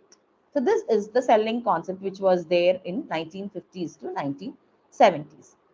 And then came something which was called as marketing concept. So marketing concept is providing what consumers need. Okay. No, not any product which you manufacture cannot be sold in the market. A product which the consumers actually need. The actual demand for the product started in this era. So customers were very clear in what they need and what they got. Okay. This was the basic framework. Okay. So the ultimate goal of each company was ultimately to satisfy the consumers. or their customers. So in order to satisfy the customers, first and foremost thing which is essential is they have to know what is the need of the consumer. So according to the need, when they are able to satisfy the consumers, then the product is like the product is up to what expectations it has got. So this was how marketing came into, and like companies started changing their attitude towards consumers. The customer became the king of the market, where the customer focus or the customer orientation became a key role. And then came something which was called as relationship marketing and societal marketing, which is prevalent now. So societal marketing and relationship marketing. Okay, societal marketing and relationship marketing, like for example, if a customer wants, okay, since the customer is the king of the market, okay, whatever the customer wants, we cannot produce and satisfy. For example, if the customer wants drugs, is it possible for us to manufacture drugs and satisfy him since he needs it? No. So ethical issues. So, okay, the concept of ethics come into picture. So what is required now? So any product which is ethical and which is required for the market, okay, that plays a major role again. So this came into consideration. So only the product which is very, very ethical and which really suits the particular group of people, that those products became a key fact. So this is how marketing came in. Next we saw I'll just touch the basics and then I will move towards MSME. So the total focus is going to be on how MSME plays a major. Next, now what are the various activities in marketing management? So as all of us know, marketing and selling is totally a different concept. What is marketing? So when we are trying to reach our product to the ultimate consumer, whatever activities we do, okay, that becomes marketing for our product. And what is selling? So once we are able to convert the activity of marketing into profit, when we are able to make money out of the product, that becomes sales, the ultimate selling it to the consumer. So for example, you go to a medical shop, we buy medicines. So the person who's standing and providing medicines to the customers, so he is doing a selling activity. Whereas a person who is working in the market propagating the medical shop does the concept of marketing. Now the problem is, whomever we ask what job profile you are into, they just tell they are into marketing. They do not differentiate whether they are into sales or they are into marketing, because both go hand in hand. Without marketing, you cannot sell your product to the ultimate customers, or without sales and just marketing. What companies do is they spend a large or a very huge amount of taking people, conducting a market research, market analysis, everything is done pakka. So like after all these concepts, then too, if the product is not available at all the stores, the distribution channel, the distribution network, when this is not very clear, when the product is not available in the market, then again this marketing goes waste. So both has to go hand in hand. The product also should reach the consumers in the same speed as the product is being marketed. So initially what small companies do, they start up with their niche marketing. So in a particular rural area, they start up their business. Now government has come forward with various schemes which are being offered by MSME to bring out the customers from the rural base to competing with almost all popular big companies. Okay, so MSME is playing a very, very important role here, which we will be looking into the few further slides. So as I already told, a product just being marketed in the rural area, and when it doesn't reach the other parts of the state, then that also see, for a period of time you get profit, and after that your profits become stagnant. This happens. So there is no possibility of growth unless and until we market and we catch up new market segments. So marketing, what are the activities of marketing? The first, pricing. So each product has its own pricing strategy. So depending on the cost of production, depending on the marketing they spend, everything, all the activities from raw material, from the production of the product till it reaches the ultimate consumer. Okay, what are the overall expenses which are included, that will be ultimately priced on the product. So what type of pricing strategies are we going to frame for the product? Similarly, the product itself. Okay. Then the place of the product, the availability, as we already spoke about the availability of the product. Okay. Then the promotional activities. So when I talk about promotion, let me give a small example. So initially, like I think all of you would be aware of this A1 chips or A1 brand. They had their own franchisee where the product is available only in their own stores. So only in A1 franchisee you can get their banana chips or the chips which is available. Okay, we do not get it anywhere else. So what people do is they go to the particular store only and they buy the product. But now what has happened? Yes, the product is available in almost all the big bazaar outlets. So they tried to have a joint venture with this big bazaar and they tried to come out with their product variants. So now almost like you go into any store of big bazaar, you will have a separate shelving for this A1 chips where the product is available. The quality of the product, yes, quality matters, the production cost matters, but in spite of that, the product availability, where till now it wasn't available to almost all the consumers. You just have to go to the franchisee and you have to buy the product. But now it is available to all the customers. So when you wanted to buy A1 chips, you just go into Reliance. And apart from that, there are so many other small products like the chickies which are available. Okay, it comes from a rural base where a small team, they prepare it and they come and reach it to the larger group. As I already told, from the rural marketing, we come into the urbans and we try to market the product.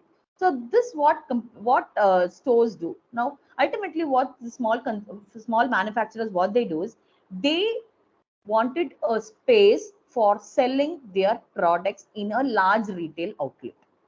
So they give a small space called the kiosk. A kiosk is being given to by paying a small rent for it, and they have footfalls which they do not expect. So this type of marketing again plays a very important role. So this promotion activity is being used. Ultimately, if it's going to be a service sector, it's going to have people, process, and physical evidence. So this is what are the key activities of marketing. The next is the role of marketing management role. So initially we had only one person. That person will look after the entire concept of marketing, where the product is being produced in the factory. Once the product is produced, it is the role of marketing manager to reach the product from the factory premises to the ultimate consumers. That was the role which was played initially. But now, is it the same being done? No, there are so many variants. Like you have somebody who is called as the content marketing manager, social media marketing manager, growth marketing manager, brand marketing manager, product marketing manager, and digital marketing manager. So these are the various roles. Like initially one person was to look after the entire burden of the like product falls on him. Like he has to decide on what advertisement he is going to give, how is he going to advertise the product. So like what is the amount which is going to be spent on advertising the product, because only when you advertise your product is being marketed to ultimate consumers. So the product advertisement should be in such a way that whatever is essential for the ultimate consumer, everything has to be told in the advertisement. So this is ultimately what is required. But now you have every specialized role is being played by an individual person, where he does his role and it passes on to the next. So I do not know how many of y'all would have seen the ad of Colgate. an old granny coming for the ad. Okay, so it is a toothpaste ad where like the old granny who do not have teeth, she comes for the ad telling that it gives the product gives energy for my like granddaughter who becomes a cutting machine for her. So this is how they come about with the different types of marketing.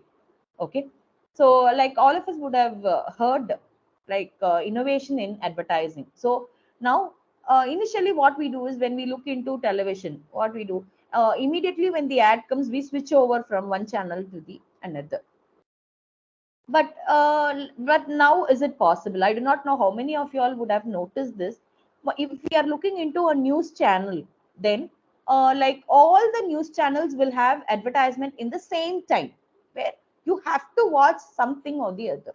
You cannot skip from the ad. And innovation is being showed in almost all the ads which is coming into the market. So that there itself it becomes a very very competitive environment. So each product they try to showcase on what are their strength. The company comes out with almost all the details which is required for the customer to get convinced and to buy the product. So that is the work of the content marketing manager. So he prepares the content for the project, for the advertisement which is required, and he gives the entire sketch of what what is going to be displayed in the. Next is social media. So social media again, which is a boom for all the small industries. Okay, so through this, what happens is they try to market their products to even people who are very very far away from them, and the product is being known. Like for example, a product which is being sold in like anywhere around Tamil Nadu. Okay, yes, is it is visible in the social media, and we are able to buy the product from anywhere. Yes, this becomes a very very important boom for both the manufacturers and for the ultimate consumers. It is not like whatever they produce we are supposed to buy. Whatever is our requirement according to what we need, we search for the products and we purchase the products. So this is available through social media. So one person, one marketing manager cannot look into all these aspects. So you have a separate person who is called as social media marketing manager. So they concentrate on this. The next is growth marketing manager. So initially talking about Horlicks. So initially what happened is Horlicks, a blue color bottle, which is going to be used only for the patients. This was the scenario in which Horlicks actually survived. And then when they knew that unless and until they do changes in the product, they will not be able to tap up the market, or they reached a maturity level where the next is going to be the saturation point where the sales is going to falter. So at this stage they had to come out with new ideas where something or the other has to be done. So what happened is they came out with various brands. So initially targeting children is very very easy, so they came about with Junior Horlicks, and then they came Horlicks Light, Women's Horlicks, Mother's Horlicks. So now there are so many variants which is available in the which is available in Horlicks. So what the company does, the company ultimately focuses on like how they are going to grow and how they are going to make ultimate sales in the market. So in order to grow, they have to keep on having some two concepts. One is invention and the other one is innovation. So invention and innovation, this has to go hand in hand for any company. The company should focus on the like what new they are going to produce, the R&D of the company. So research plays a very, very important role in almost all the areas. So initially what happened is you can just go, you start up, you open a store, you keep few products, people come, they get, they go.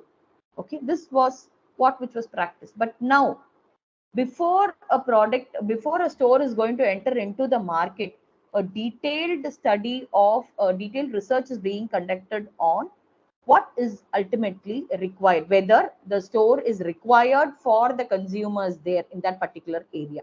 Everything is being researched, and after marketing, before opening the store, marketing take place, and once they enter into the market, they enter as a brand. This is what is being done. So when this happens, automatically the companies start concentrating on their R&D, the companies start concentrating on their innovation and their invention. So when all these things go hand in hand, they are able to show growth for the product. So it is the role of the growth marketing manager, okay, to concentrate on all these areas. So when initially what he does is he concentrates on the product maturity. So once the product reaches a maturity stage, now there is an alarm telling that something has to be done on the product, or the product starts reaching the saturation point. Now this work is being done by the growth marketing manager. Next comes the brand marketing manager. Now, when I talk about when I any product, okay, for example, if I talk about mobile, okay. Now, there are various brands which are available immediately, which comes into your mind is you have Oppo or Vivo, or like all the brands like Redmi, you have Apple. All these brands have placed their product into they are into us. Knowingly or unknowingly, we are able to recall all the brands which are available for the product which we purchase. So this brand marketing, okay. So for example, how many of us know, like there is a classmate notebooks or biscuits are there, but what is the basic brand? How many of us know that ITZ cigarettes are their core product?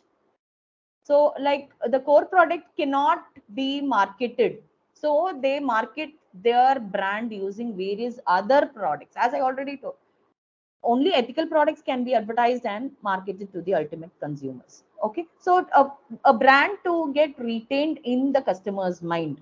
Okay, so ITC's basic product is cigarettes, but in order to create a brand image for their product, they have come out with various other products which are available. And like most of us know, like spending when we purchase ITC products, a portion of what we spend for the product is going to the rural or children for their education. So this type of various activities brand managers do in order to popularize their brand and keep their brand live in the industry. Once the product or the brand is not recognized by people, or people are not able to recollect the brand, then there again becomes the saturation of a product. Then the product marketing manager. So each product will have its own marketing manager. So the full-fledged work for a product marketing manager would be to to analyze the pros and cons of the product and to reach it to the ultimate consumers. So every product has its own product marketing manager. So he will be responsible only for that product or a group of products which is being given to him. He has to market the product and make selling out of. Next comes the digital marketing. We are in the era of digital marketing. Yes.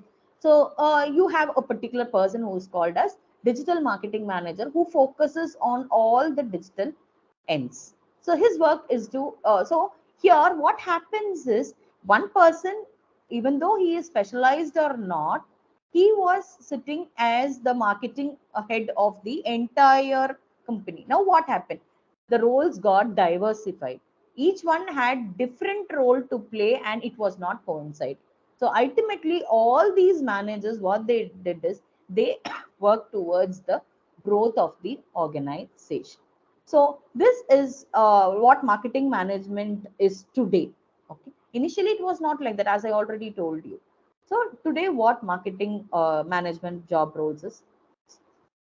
So next, what is brand building? So we have been, one second. So what is brand building? So brand is nothing but generating awareness and promotion of services of a company via sponsorship or direct advertising campaign, as I already told. So once the product is marketed, it creates a fame is being created for the product among the consumers, and the fame is always kept in the mind of the consumers, and thus this brand building comes into picture. Okay, so now this brand building is nothing but start a product, creating a brand. For example, Faber. So it is a service sector where you have home chimneys and other products which are, especially they concentrate on the home utensils, like electric gadgets and all that. You have heaters, water heaters, you have gas stoves, and all this is available. Now, how did this company establish themselves? Okay, initially when the company started, it was a very, very small company, and it was like concentrating only on rural areas. But then what happened? They tried to diversify their line of products. They came out with more product lines, and they tried to tap up the market. So ultimately, what they wanted is they wanted to build their brand. So Faber, so they are specialized in chimneys. They tried to build their brand through giving franchisees to various people. So this happened. Similarly, there are other products also. And when I talk about Tirunelveli, the halwa which is being produced in Tirunelveli, okay, especially when we talk about this Irtukadai halwa, the strategy which they use, I just wanted to talk about the marketing strategy which is being followed. The shop opens up by 5:30 to 6 o'clock in the evening, and they complete their sales around 8 9 o'clock at the most. So every day they open only at 6 and they close by 9, and still they are the highly competitive product which is there in for halwa in the market. Now, how do they strategize? See, initially, how did this name come into? They did not have power supply initially, so it was only the dark place where they were sitting with a candle, and they tried to make sales. This is how they started building their brand. Even the same thing is available now. So they open up by 6, they end up by 9. This is available even now. The same brand, the same company has come out with a shop Akshara nearby, where they are trying to sell their products again, so with a different brand name. So whatever brand they have built for this Irtukade Alva, they are not able to build for the new store which they are open from morning to night. So this is how each company has their own strategies. Each company come up with their own inventions, innovations, and methodology to build their brands. So some companies go in for sponsorship. Some companies go in for direct advertising campaigns. As I told, see, for example, in an area, if they're going to open a retail outlet, so before 15 days, they start their 15 to days to 1 month, they start their promotion activity. They ask us to guess what is being coming, and they try to get the walk-ins on day one of the opening through various offers which is provided, and those offers are being communicated to the people in that particular area through various marketing medias. So you have the print media, you find, say, sometimes in everyday's newspaper we find pamphlets coming to our home. So what we do, what are those pamphlets? So these pamphlets are nothing but a form of advertising where they give us an they know what we need. Okay, especially now recently I got a pamphlet in my house telling that vegetables ordering online, so people know what is the requirement. So cut vegetables, you just give a call, it is available online, and one day prior you have to tell them, so that they cut the vegetables, clean it, neatly packed, and they deliver it to your house for cooking the next day. So what happens, they know what consumers need. Okay, initially, like when this Swiggy or Zomato came into, we were not very sure that whether the product is going to be or whether the company is going to be profitable in the market, because how many of them are going to go for online booking? So just through booking, like you order, you place an order in the nearby hotel, so we are ready to pay service charge rather than getting ready, go to a store which is nearby, buy the product, come and use it. Okay, we are ready to pay service charge instead of that. So this was so a clear study of the market was made by this Swiggy or Zomato before they came into the market. They used people's laziness, or what you call as their people are very busy in their schedules. So what happens is this busy schedule is being utilized by people, and they come out with a new or an innovative product which is available. So this is how they do.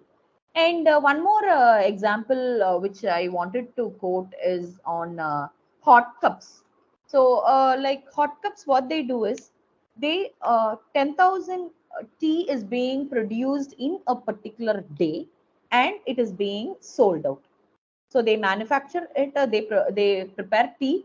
10,000 cups of tea is being produced from morning to night, and it is reaching. Now, when they came into, it was this hot cups. Okay, it was actually when the entrepreneur wanted to start up the business. What happened was, like when I was speaking to him, he told, like initially their family members, what they did is they told like, are you going to like sell tea? This was how it projected. But what happened? So now what is this hot cups? It is nothing but they are producing tea and they are selling it to the consumer. Now, who the customers are for this hot cups? They are nothing but the various companies, the IT companies and other companies which is running in Madurai. Okay. Now, these companies, what they order is they are sit in a place and work, and they require a good coffee or tea. So so that they can speed up with their work and all that. So what happens is every day the tea has to reach the particular company on time. So initially like the entrepreneurs, when they started, it was a partnership firm, and when they started they thought, okay, it was just manufacturing of tea. Like they had a person to prepare tea. They got milk, they got the same tea powder from the raw materials were being got. But what happened is, like every day, the tea did not maintain the same taste. This was the problem which they faced. Even in at home, when we prepare tea, do we prepare in the same taste every time when we prepare? Is it possible? Very, very difficult. So what happened is they started trying to find out what is the reason, because it's going to be the same milk, it's the same tea powder which they use, it's the same timing which they do, but why is the taste different? This was the problem. Now what happened? So they thought, okay, every time the milk boils at a different temperature, so this difference in the temperature causes difference in the taste of the product. Okay, so they came out with like a thermometer where the boiling temperature of the tea milk was measured, and it was kept at a constant point. And yes, then so they were able to give the tea at the same taste every time. Okay, so that they were successful. Now the next problem which they encountered was they were not able to the flask which they send. Okay, so every company has a particular flask, and when they send the flask, what happens is the flask doesn't return back. They are not able to find out the missing flasks. This was again the next problem which they faced. So they had to frame out strategies for like what can be done. So every time when they miss out a flask, it's going to be the responsibility of the person who's taking, or who is ultimately selling it to the consumers. So what happened is, then what they came out with, they came out with a strategy of barcoding for each and every flask. So so a barcode is there, and every time the flask goes out of the company, it has to be scanned, and the flask moves out. And similarly, when the flask comes into, it is scanned. So which company the flask doesn't come into, that is being found out with with this barcode. So see how a simple concept of selling tea, but what and all strategies are being used by the company to just sell teas. So again, this barcoding. So what they did was every flasks were barcoded, and it went out of the firm, went out of the manufacturing unit. So it reached the ultimate customers, and they were happy. So this is how, And now hot cups is being hot cups. You have competitors like cup tea, hot cups. Both are ultimate competitors. Both of them, they produce the same amount of like around 10,000 cups per day. And you have some like they concentrate on large clients. Okay, whereas another competitor is tea time, where they concentrate on retail everyday walk-in sales. So how a brand is getting popularized. Okay, so initially when we wanted tea, we just go to a shop, we just have tea. But now for tea, there are so much of brands which are available, and we go. So this is how a brand building is actually done. They start up with their product, they try to build their brand, telling that. So hot cups, what did they do? Same taste every day without compromising on the quality. The flask is UV cleaned. So like this, they came out with the strategy and they tried to build brand. So this was brand build. So as I already, what are the strategies which people use? Focus on generating value for people. So all the concept of like manufacturing, whatever they want, whatever we have, we manufacture with that, and we try to sell the products to the. It is not that era. We have to like focus on what the needs and wants of the people are, and based on that, the manufacturing takes place. So everything is being customized to what people need. Okay, so like if a company wants coffee at the particular time, that particular time coffee has to reach the company. There are so many people working around for this. Okay, the next is focus on testimonial economy. Okay, now what is this testimonial? Okay, nobody wants to talk about themselves. Like when you are focusing on going outstation. Okay, you wanted to take a tour to a particular place. So at that point of time, what happens is we through digital marketing, what we do is, or through social medias, we try to find out which is the popular hotel in that particular area. Okay, so what we do is we look into resorts, we look into hotels which are available. And then, so once we are happy with the room ambience, we have looked into 360-degree, we have looked into everything. Yes, we are very, very happy.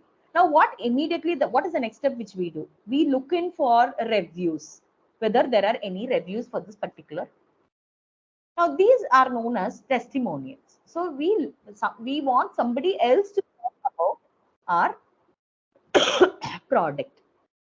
So we look into the various reviews which are available, and based on that, we will be we will be creating evidence. Okay, so these are called as testimonials. Next is identify and target possible clients. Now, uh, who like these clients have to be identified first. Okay, now how do they identify? Okay, so this clients ultimately it is the work of the marketing manager to identify clients. Now this is not done after the production of the product. This is done before the production of the product. So before the production of the product, in the sense based on the consumer's need, the customized product only is being produced. So what we do is we identify the possible clients, and see, for example, now there are so many small scale industries which are coming up. So many small scale industries, what they wanted is, they do not know how to carry out a research, whether a product is going to be profitable in the market, or who the target audience are, how to reach the target audience. All this marketing people do not know. All startups, they really suffer with research, because as I already told, R&D plays a very, very important role for sustained growth. So now what happens is, these small niche markets, these startups, they search for people where like who can do a small research one. This again becomes a business. So college students are identified, and they start working for the clients. Okay, so what they do is, now they find out who the target and possible clients are for the particular product. They do a research, they find out the target market, and this is being handled by. So through this also, brand building strategies are being created. Then create emotional appeal, emotive appeal. So, like, let me give an example of this Shakti masala. There should be some emotions to the product attached. Some emotions should be attached with the product. What Shakti masala is doing? So, in every ad which comes, Shakti Masala's ad, I think now they do not come out with the ad which were they. So, what the ad which they showed for like past 5 years or 10 years before, what happened is they were very clear in showing that this product is being produced by people of disabled community. So in almost all their production, they have disabled people. This was highlighted in the ad, which created an emotive appeal for the product.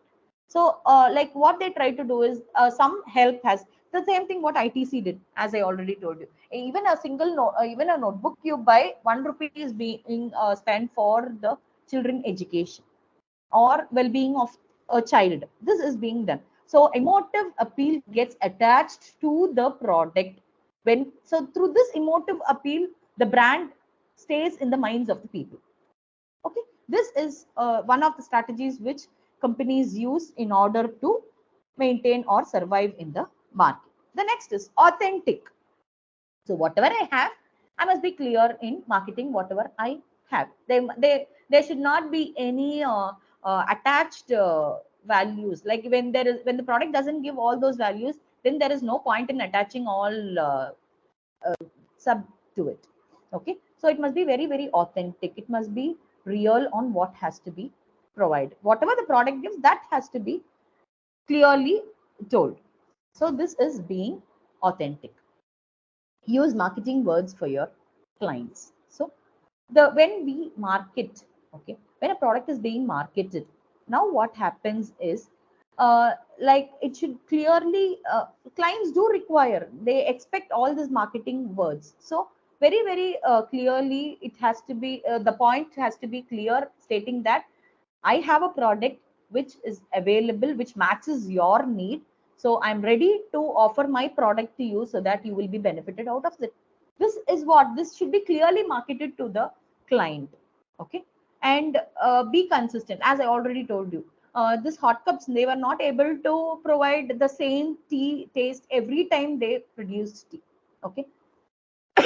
So it must be very consistent in what you give. It is not like one day you give a big huge taste and the next day the tea is nothing worth it. Okay, it should not be. There must be a consistency which should be maintained. Okay, next, share your brand resources in a campaign. So as I already told, see how old the company is, still we find the products being advertised. Okay, any media of advertising, for example, let it be print media or mass media, like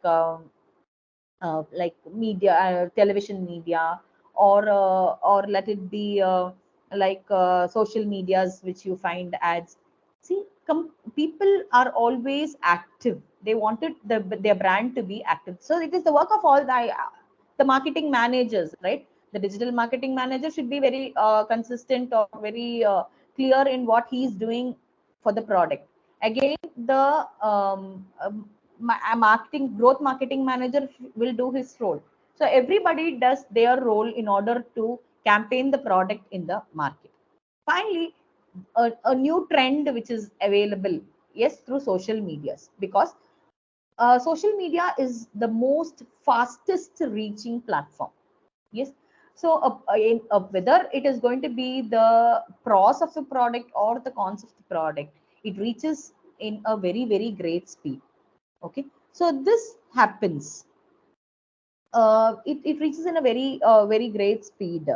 So this social media has to be handled very very carefully, because anything about the company, anything about the product will reach the others very very quickly. Okay, so next, like as I already told you, I am going to give a gist of what MSME is. Okay, so this MSME, marketing management for MSME. So I have touched on what sales is, I have touched on what brand building is, and I have touched on what advertising is. Now moving into MSME. Now what is this MSME? Okay, all of us would have been aware that our country is focusing more on the startups. Now what are these startups? So any person who have just got an idea, this idea can be converted into a product and it can be sold to the ultimate consumers. Now what is this idea? So from where do these ideas come? Okay, ideas come from anywhere over. Okay, we just walk through a street. Okay, when we walk through, we find there are so much of people who are available there, but there isn't a store for them to buy a product. So from there an idea blinks, telling that why don't we start a store here? And based upon the society, okay, the disease which are spreading in the society. Okay, see, because of this diabetes, because of this pressure, because of this lower immune system, there, because of all these things, there is something which is called as organic products. It is like the cause and the effect. Okay, so when does a product start actually? When there is a gap in what people expect and what is being given to the people. So there exists a gap. So to fill this gap, there so many people are ready to fill this gap. So this gap has to be identified very clearly, and filling the gap takes place. Now, this identifying and filling is done through MSME. Okay, so MSME is nothing but micro, small, medium enterprises. Okay, now anybody, like I already told you, ideas can come from anywhere. So what happens is you go to a trade fairs, you go to exhibitions. So from there you get an idea telling that, okay, why don't I start a business? Okay, why don't I come up with something new? Why don't I come up with something innovative? Okay, so an idea sparks into your mind, and this idea for converting a sparkle into action or into a product, you need something which is called as the fund, okay, or the capital. Now this capital, so okay, now you've got the capital, you have produced the products. The next thing is you have to market your products, you have to create a brand for your product, you have to sell the product to the ultimate. So it is a step-by-step process where everything has to go hand in hand. Now for doing all this, one thing is, when you wanted to start up, you cannot be a master of everything. You do not know all what is required for selling a product to the ultimate customer. Okay, as marketing people or as MBAs or business management students, they are aware of what is actually prevailing in the market, so how to take forward with the business. So all this they know. But others, okay, who just have got an idea, who wanted to convert their idea into action, where they are not exposed to the existing marketing conditions or the prevailing strategies. They see, some few people even do not know what strategies are. The word strategy itself is new to them. So these people, what they do, they ultimately suffer because they have an idea, they have a capital, they wanted to convert their idea into a business. This they are aware, but how to market their product, from where to get the raw materials, how to reduce the production cost, all these ideas they do not have. Now this MSME, okay, this ministry, what they have done is they are ultimately working towards protecting this medium, micro and small scale industry.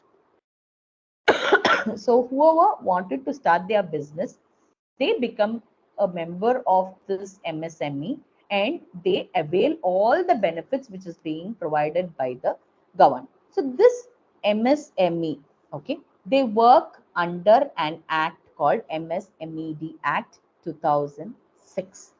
So they work under an act.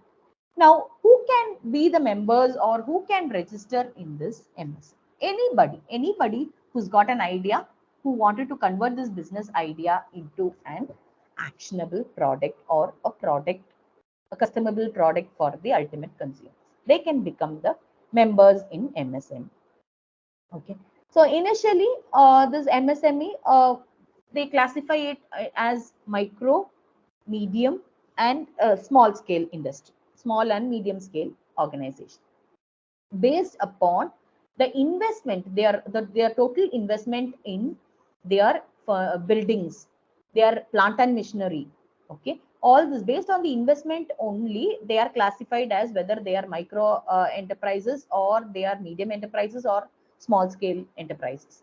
Okay, based on that only they were classified. And MSME, there are two sectors which is being functioning actively. One is a manufacturing sector and service sector. There is again another sector where they are not going to produce anything, or they are not going to provide any service, but they are going to just act as an intermediary. They just create a value addition for the product, and the product reaches the ultimate consumer. So this is the third type, where they buy products from the manufacturers, they just have a value addition to it, and they sell the products to the ultimate consumers. So this business activity is also being carried out.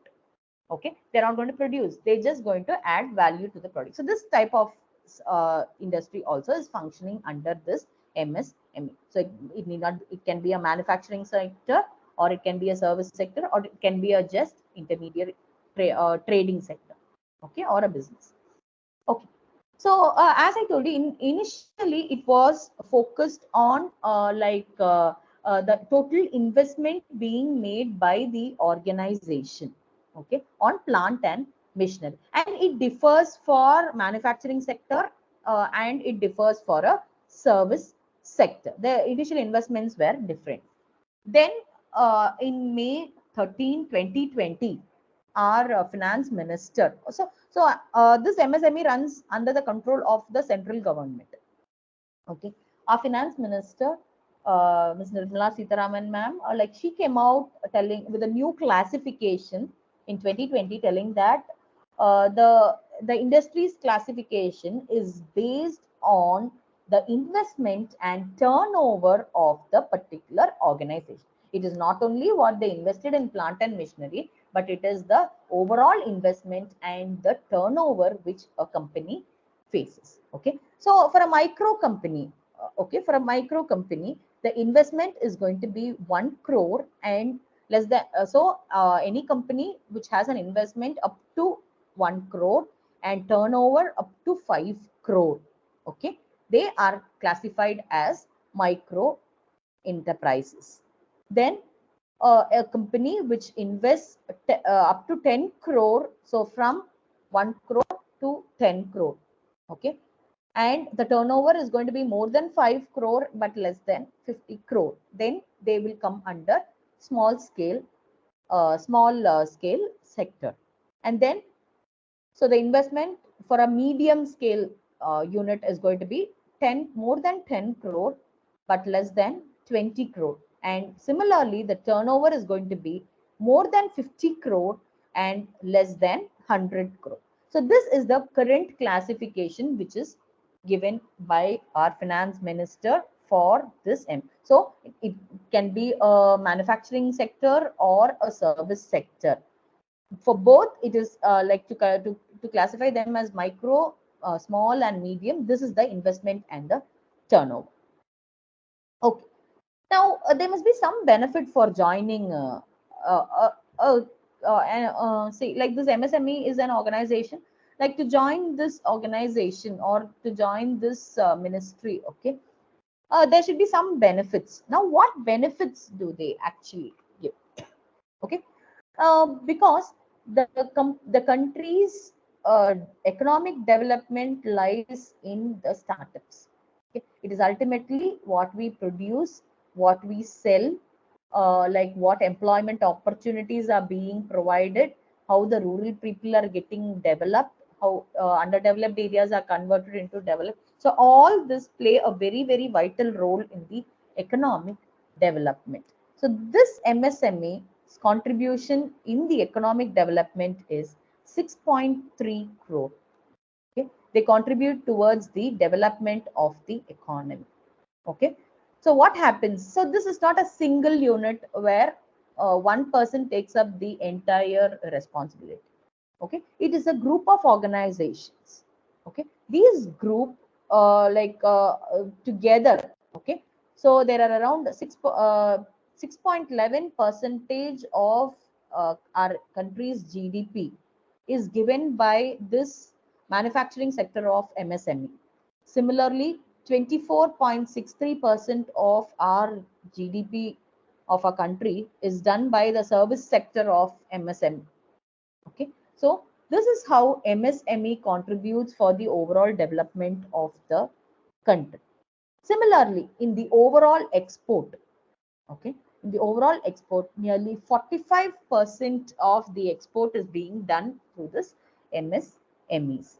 So this MSME, what they do is ultimately they provide what and all is required for a layman to start a business and to be successful in his business. So to convert a micro level business into a large scale business. So how are they going to convert? This traveling process of converting a micro enterprise to a large scale enterprise.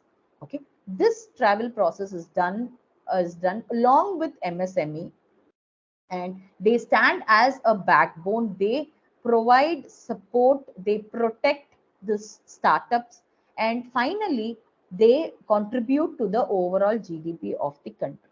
Okay, this is the role of this MSME, and it is the second most employment providing sector for the country. Okay, nearly 120 million companies have joined into this MSME, and it provides employment opportunities to more than like 51% of employment opportunities being provided in the rural sector. Okay, so once our rural areas are getting developed, what happens is ultimately they come into the urban areas, and there is a overall development, economic development starts.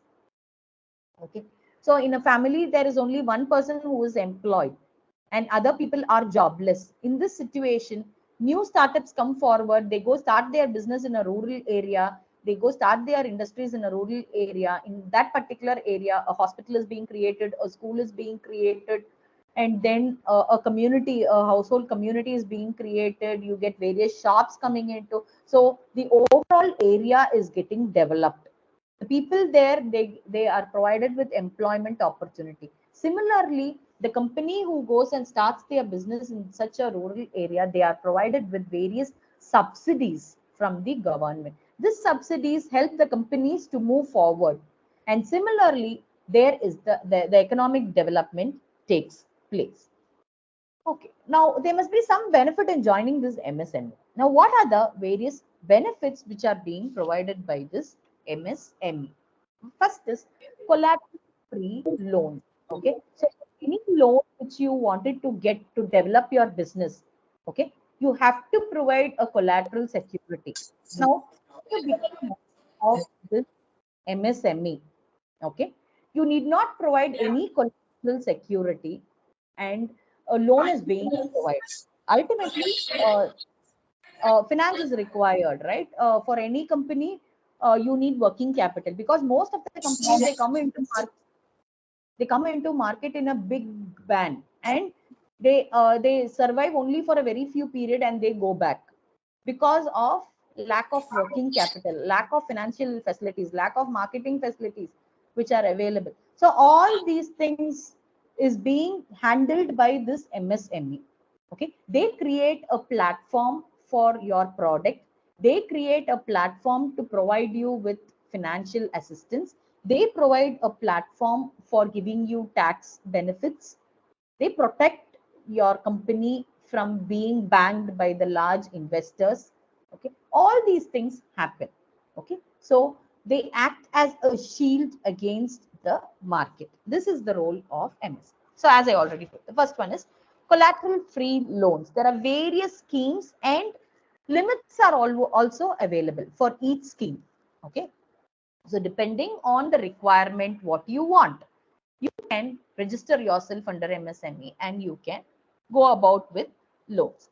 The next is low interest rate. So a loan which is being provided for a layman, when the same interest is only being provided to MSME registered companies also, then there is no use in registering in MSME. So what happens is the interest rates which is for an MSME holder is comparatively less than the interest which is provided to a common man. Okay. So there is a reduced interest of around 2 to 4% of whatever is being given for a common man. Okay. So like low interest rate. Next is a tax benefits. So when you are into a special economic zone, okay, if you wanted your business to be in a special economic zone, then what has to be done is you must have a certified MSME certificate telling that you are eligible for moving into a special economic zone where you get tax rebates. We have spoken much about, right? Because only startups or only production manufacturing units can take our country to the next level, because the more we export, the more we reduce the imports, that contributes to the GDP of the country. Okay, so in order to reduce the import which is coming into our country, we have to go about with the R&D. New products have to be introduced. These new ideas, new products, new developments, everything comes with the startups. Okay, initially, like as I already pointed out few examples, Zomato, Swiggy, we did not know what it is 5 to 10 years ago. We did not know what it was. Similarly, a bike taxi, we did not, like any person who wanted to move from one place to another, they can just go for a hire a bike taxi and they can just go, which is more economical. Okay, so like this, new ideas shoot up. We did not know what online teaching is, which was totally new. A new company called Byju's, they came into. Byju Ravindran, he came out with a new concept telling that yes, everything can be taught online. Vedantu, a new concept came into. Yes, so online teaching till before COVID, we were not very clear on whether we were not very strong whether online teaching can be done. But COVID brought us the total change. Everything got reformed, telling that yes, online teaching can be done. It can be effectively done. Okay, so this Baiju and all came and started their major roles to be played. Similarly, so initially when we wanted to move from one place to another for a tour or a pilgrimage visit, you need some people there in that particular area to book a room for you. But now, sitting at home, you can have a tour towards all the hotels which are available. You can have a 360-degree tour, and you sitting at home, you can book rooms for your stay in that particular place. This is because of digital marketing. This is because of social medias, and this is because of the shift of trends towards people's attitude on marketing. Okay, so sitting at home, everything is possible now. Okay, so this is being done now. These small scale, coming back to MSME, they get a tax benefit when they are into a special economic zone. So this special economic zones, what they do, okay, so when you are into a special economic zone and when you export your products, automatically you get a security for the products which is being exported, and you get a tax rebate from it. Okay, and one thing which I do not know how many of you all are familiar, to get a government tender. Okay, any company who wanted to get a government tender, they must have MSME certificate. It becomes a mandatory field. Okay, so they must have registered their company under MSME, and to get a government tender, they must produce this certificate. Similarly, getting a patent, getting ISO certifications, all this MSMEs, they play a very, very important role and an influential role in helping the startups. See, people basically who just got an idea, they are not very familiar with the rules and regulations or the procedures which are existing. So this MSME clearly handles a startup. They come out with all the procedures for them, and they help even in marketing the product. So these are like benefits. And apart from this, okay, like there are a waiver of electricity bills, there are waiver of land rent, okay, like this many waivers are being provided to the underprivileged people to start up their business.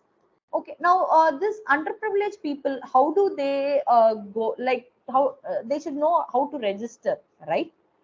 So this register is like should be done under Udayam registration.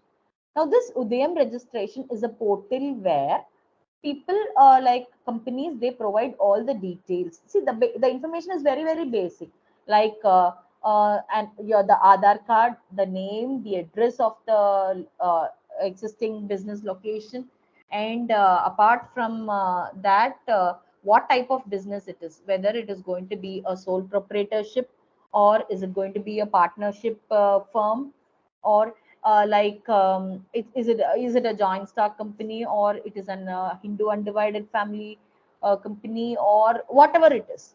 Any people, any mode of company can join into this Udayam registration. So once they are registered with their basic information, the government, what they do is they stand as a backbone for these small institutions. So as I already told, when their investment is below 1 crore and their turnover is below 5 crore, they come into a micro organization. Okay. So this micro organization, they are provided with this loan, easy loan availability. Like because they do not have any collateral, they are being provided with loan facility up to certain limit. And similarly, this Mudra loans are being provided for women. So now the focus is on gender equality. Like women startups are given more opportunities. Okay, they are being provided with special assistance, they are being provided with special schemes for women, like Mudra loan, and especially for to start up business for women. So only they have an idea. Like I do not know how many of you are very familiar with uh, products. Like you have a product called Shenas. Shenas is like it is a cosmetic product.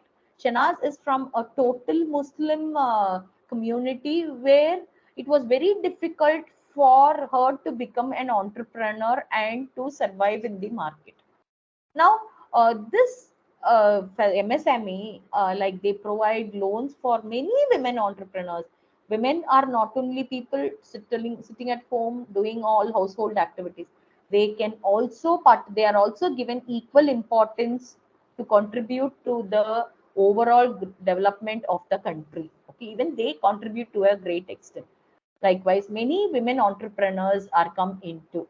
Okay, Baiju itself, like Baiju along with his wife, okay, both of them together have started their business.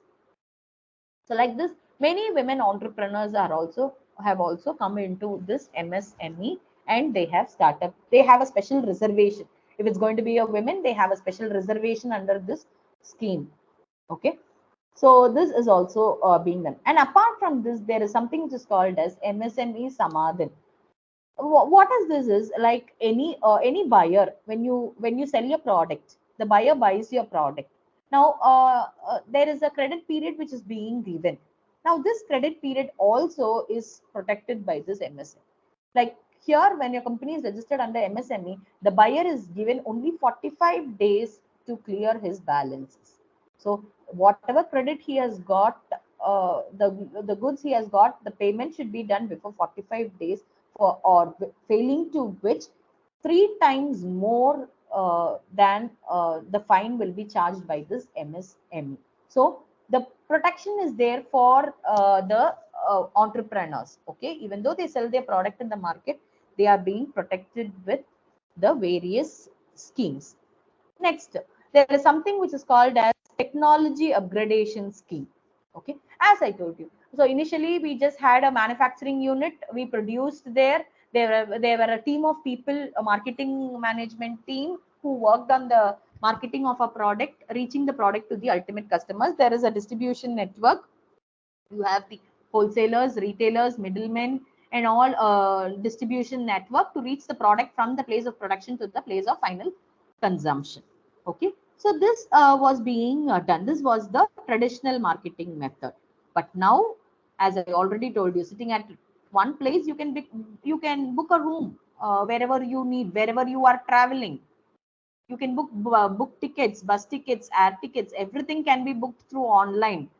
You can plan up your planner, and you can even order food from sitting anywhere for elders at home. Everything is being possible now.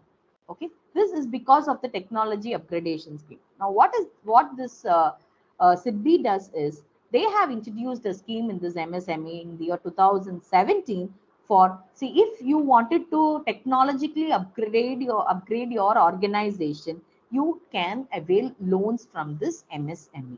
So they market. So loans are being provided for technological upgradation and marketing of the product through using this technology. So digital marketing. So even a layman can create a digital marketing platform or a like social media networks. Okay. So this is one more new scheme which is being offered. Then another scheme which is being provided to the entrepreneurs is zero defect, zero effect scheme. So zero defect, zero effect is when you are able to produce your product with zero defect. Okay. The same benefit you can avail. That's called as zero effect. A special rebate or certificate is being provided.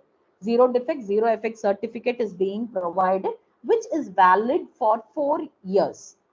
So a company which shows they are zero defect, zero effect, then so it's called as ZEDS. Okay. So this certificate is being got by companies and they value this also. This certificate is valid for 4 years. Next, like state-wise, I'm going to give you a gist on how there is a state-wise breakup on this MSME. So Maharashtra, they are the highest contributors. Around 11.29 lakh companies are being registered in Maharashtra, and next to that is Tamil Nadu, where we have 5.75 lakh units which is being registered, and then Gujarat, which is 4.57 lakh units, and Rajasthan 4.39 units and lakh units, and UP it is 4.10 lakh units. So this is how each state contribute towards the registered MSME. So awareness is now being created. Like you have a special marketing scheme, assistance scheme, which is provided by the government, central government, and see, like this reach has to go to people who really need it. Okay. Now this reach is being marketed by the central government, so that once you register in this Udayan registration, almost all the schemes are being provided. Scheme details are being provided to the organizations, and organizations in turn, small industries, they benefit out of this and they come up as startups. And then once they are capital like, or they are, as I already told you, investment and turnover, when they start increasing their investment and when they start increasing their turnover, again they come into a medium sized then a small scale, and then a medium sized industry. Okay, so this is how the things go. Next is even this MSME, okay, they also face certain issues and crunches. Okay, because even for them marketing becomes a problem. Now, what are the schemes which are being provided? The first one is organizing international technology exhibitions in foreign countries, okay, by NSIC, and participation in international exhibitions. So what happens is this Indian small, medium enterprises, they are provided with an exposure to participate in an international technology exhibition in foreign countries. Okay, so the product reaches a foreign country. See, initially, like when we were very, very small, when we were in our 90s, we are 90s and 80s kids, okay? Like we used to have all this groundnut chickies and all that, okay? And after a few years of reformation, what happened is these chickies were not available. It was available only in village industries. Now this type of marketing is totally changed now. Now you find chicky everywhere in every department store or in any hypermarket or everywhere these chickies are available. So this is how even a rural small like a cottage industry is getting exposure into a larger or broader economy. Okay, so this organizing international technology exhibitions, okay, this people, micro, small, and medium enterprises are given an opportunity to participate and expose themselves in the exposure. And then like new business opportunities and emerging developing markets are being facilitated by this MSME. Okay, so how to explore new business opportunities? So a SWOT analysis is being done for them. So what is SWOT? A strength, weakness, opportunities, and threats. They are taught how to analyze their strength, their weakness, their opportunities, and threats which are available in the market. So how are they going to convert the opportunities which they have into their strength? For all this, special assistance is being provided by this MSME. Similarly, these exhibitions, which in foreign countries, these technology exhibitions are organized in consultation with the stakeholders and industry associations.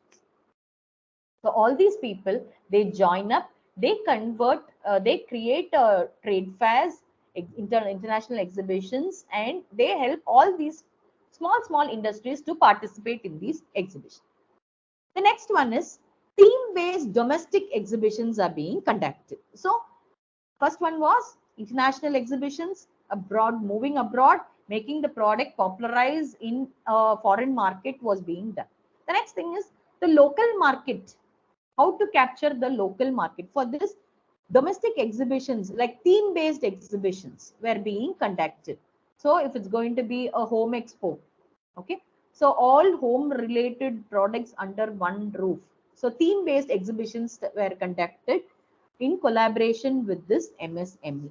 Now what they, so this focused on creating marketing opportunities to this small scale sectors. Next is like focus on products and services offered by MSME, including technology suitable, as I already told you. So this technological advancement, there was a plan which is called as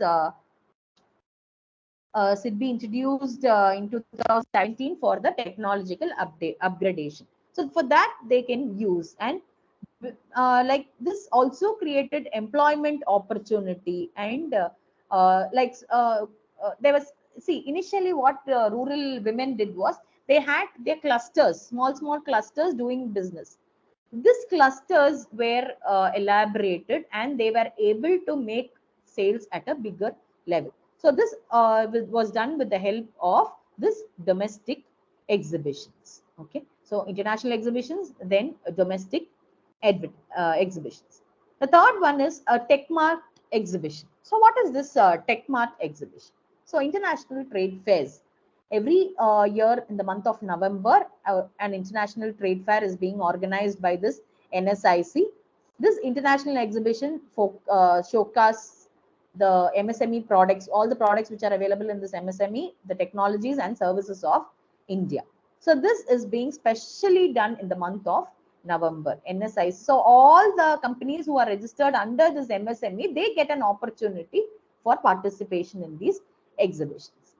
The next is support for co-sponsoring of exhibitions. So other organizations, other large-scale industries and various organizations also, they what they do is they join hands together with this MSME and they provide support for the trade fairs which is being conducted for the benefit of the country. Then buyers and sellers meet, especially like when we wanted to export our product. Okay, so we are interested in exports. Now, to export the product, what is actually done. See, I do not know how many of y'all know that this coriander leaves are regularly exported from India. Okay, and this company is earning huge profits in the exporting. See, coriander leaf is nothing but kothumali thala, which we use it for cooking every day. Yes, so this is a perishable good and it is being exported to foreign countries and a large amount. Similarly, India is famous for the textiles which we produce and we export it towards almost all the countries. The turmeric which we produce and we export, the patents which we have got for turmeric and all this. So buyer-seller meets are being organized. So this MSME, what they did, they act as a platform to join the buyer and the seller. So they together sit at a particular place, they have a platform and they try to increase their sales. So even the smallest of the micro enterprise also is given an opportunity to export his or her product in the global market. Okay. Similarly, intensive campaigns and marketing promotion events, okay, are conducted throughout the year and in various countries to popularize people on the various schemes which this MSME offers. See, because as I see, today's class we have discussed around 5 to 6 schemes which is being offered. There are n number of schemes which are still more available under MSME. So what people do is they are not aware of all this. For this itself, now MSME what they do is they conduct a marketing. This marketing is being done by college students where they try to like give an importance, like they try to bring out the importance of MSME towards people in the rural areas. So intensive campaigns and marketing promotions are done throughout the country. Okay. So now next is talking about the benefits, which I've already spoken about. Enhancing marketing capabilities and competitiveness of MSMEs. So now this the competitiveness of MSME is the competitiveness of all the units which is registered under this MSME.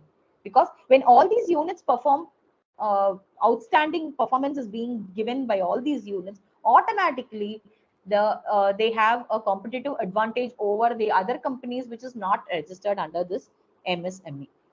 They perform, showcase the competencies of they provide a platform. Okay, as I already told, international trade fairs, domestic trade fairs, buyer seller meet, then building competitiveness through people and giving various assistance scheme. All this is being provided by the MSME. So this MSME acts as a platform for these micro, medium, and small scale industries to export. Similarly, exposure to prevalent market scenario and impact on their activities. So, what market scenario is available now, and how this small scale industries are exposed to the prevalent marketing scenarios. So, what activities they have to perform? See, for this, what happens is many entrepreneurship development programs are being conducted by this MSME so that they provide marketing assistance, how to market their product, how to produce products, how to have a cost benefit over production. So like this, so many entrepreneurial development programs are being conducted by this MSME so that people are aware of marketing, like producing and marketing products which customers need. Okay, so encouraging formation of consortia for MSME products and their services. See, for example, like I think many of you would have been aware of Spic. Spic, the company Spic, what they are doing.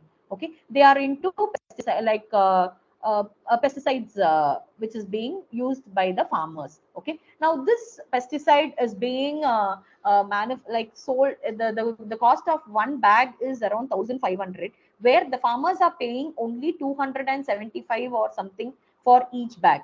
So the rest amount, okay, is provided by the government as a subsidy to Spic. So this subsidy helps the farmers also to buy the product. Similarly, the company also is provided subsidy by the government. So see, initially, like how many ever tons they manufacture, okay, for the entire production, subsidies were given by the government. But later, in later stage, what happened is only for the products which is being sold in the market, for the number of units is sold, for that subsidies are being provided by the government. So like these various schemes are being provided by the government for the benefit of the uh, betterment of the micro and medium and small scale industry. Now, next is getting apprised about various programs of the government. So continuously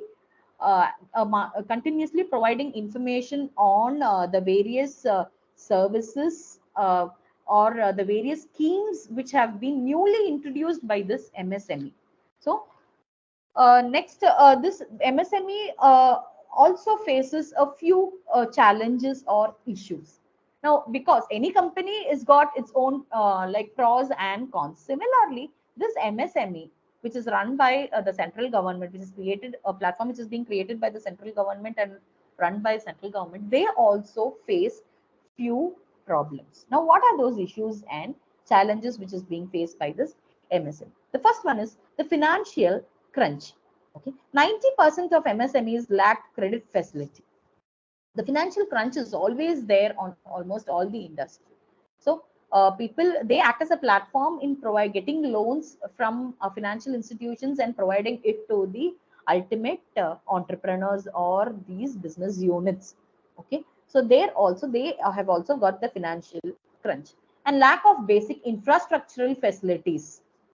Even though so many companies have been registered with them, okay, they certain basic infrastructural facilities are also lacking. The government still uh, like allocates fund for the development of MSMEs. Okay. Next is the lack of technology, because this is a continuous process. Continuously, technology keeps on upgradation. Okay, so the government continuously takes interest in investing on the technological aspects and to make sure that they are in par with the foreign countries technology. Okay, so this has to be consistently maintained by the MSMEs. Okay, and similarly skill development and training. Rural people, they have to develop their skills. Even though entrepreneurship development programs are being conducted by the government, still people do not come forward. Okay, come forward, get registered themselves, and still they do lack. Few people do lack skill development and training. And there is always a ripple effect on a few government strategies, which, especially this COVID-19. Many companies, they were forced to come into a closure, and at that stage they became a sick unit, and they had to be taken over by some other company to regain their benefits. So it was at that stage. So this COVID, similarly demonetization, bringing into GST, all this also, this created a ripple effect on the MSMEs. Okay, so even like as a huge government body, they also had to face few challenges and financial crunches issues which have been prevalent in the scenario. So, like I have just given a gist of what is actually happening in MSMEs. Okay. So many now what now it is the duty of this small scale industries. Now what they have to do is they have to get registered themselves into this Udayam scheme. Okay, this Udayam registration, and they have to proceed with whatever benefits they get. Government is providing so much of benefits which people are unaware, especially when it goes to the rural areas. They are unaware. So this the faculties and the learned people, they will be the financial they can provide rural people with their ideas. So when this information is being taught in the classroom, okay, this MSME is when it is being taught in the classroom, what happens is automatically it reaches rural children. rural youngsters, they get ideas of this MSME, and which in turn it spreads. It's like a word of mouth marketing, right? It keeps on spreading. So even the rural people get benefited out of such schemes. That is why the technology DST, what they do is they come out with various schemes like this conducting an FDP for the faculty and making them aware of what is the present scenario which is available. So in turn, what happens is we take it to the children, we take information to the classroom, and we spread information. Okay, so because many rural people still are not aware of all this MSME schemes. Okay, so this would be a big start for them to get an exposure into what things are. So hope you have understood the various concepts which I have discussed. So ma'am, Niranjani ma'am, like, is it clear? You have any doubts on the content?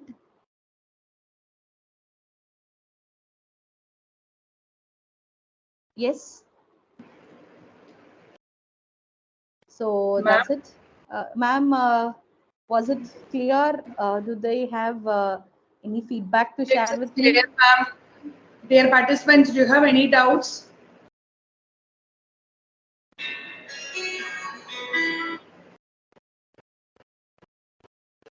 Ma'am, thank you, ma'am. Thank you for Yes, accepting ma'am. our invitation. Thank you so much, ma'am. Thank you, ma'am. Thank you. So hope it was clear. So, Yes. so can I leave, ma'am? Please, ma'am. Thank you, ma'am. Yes. Thank you, ma'am. Thank you.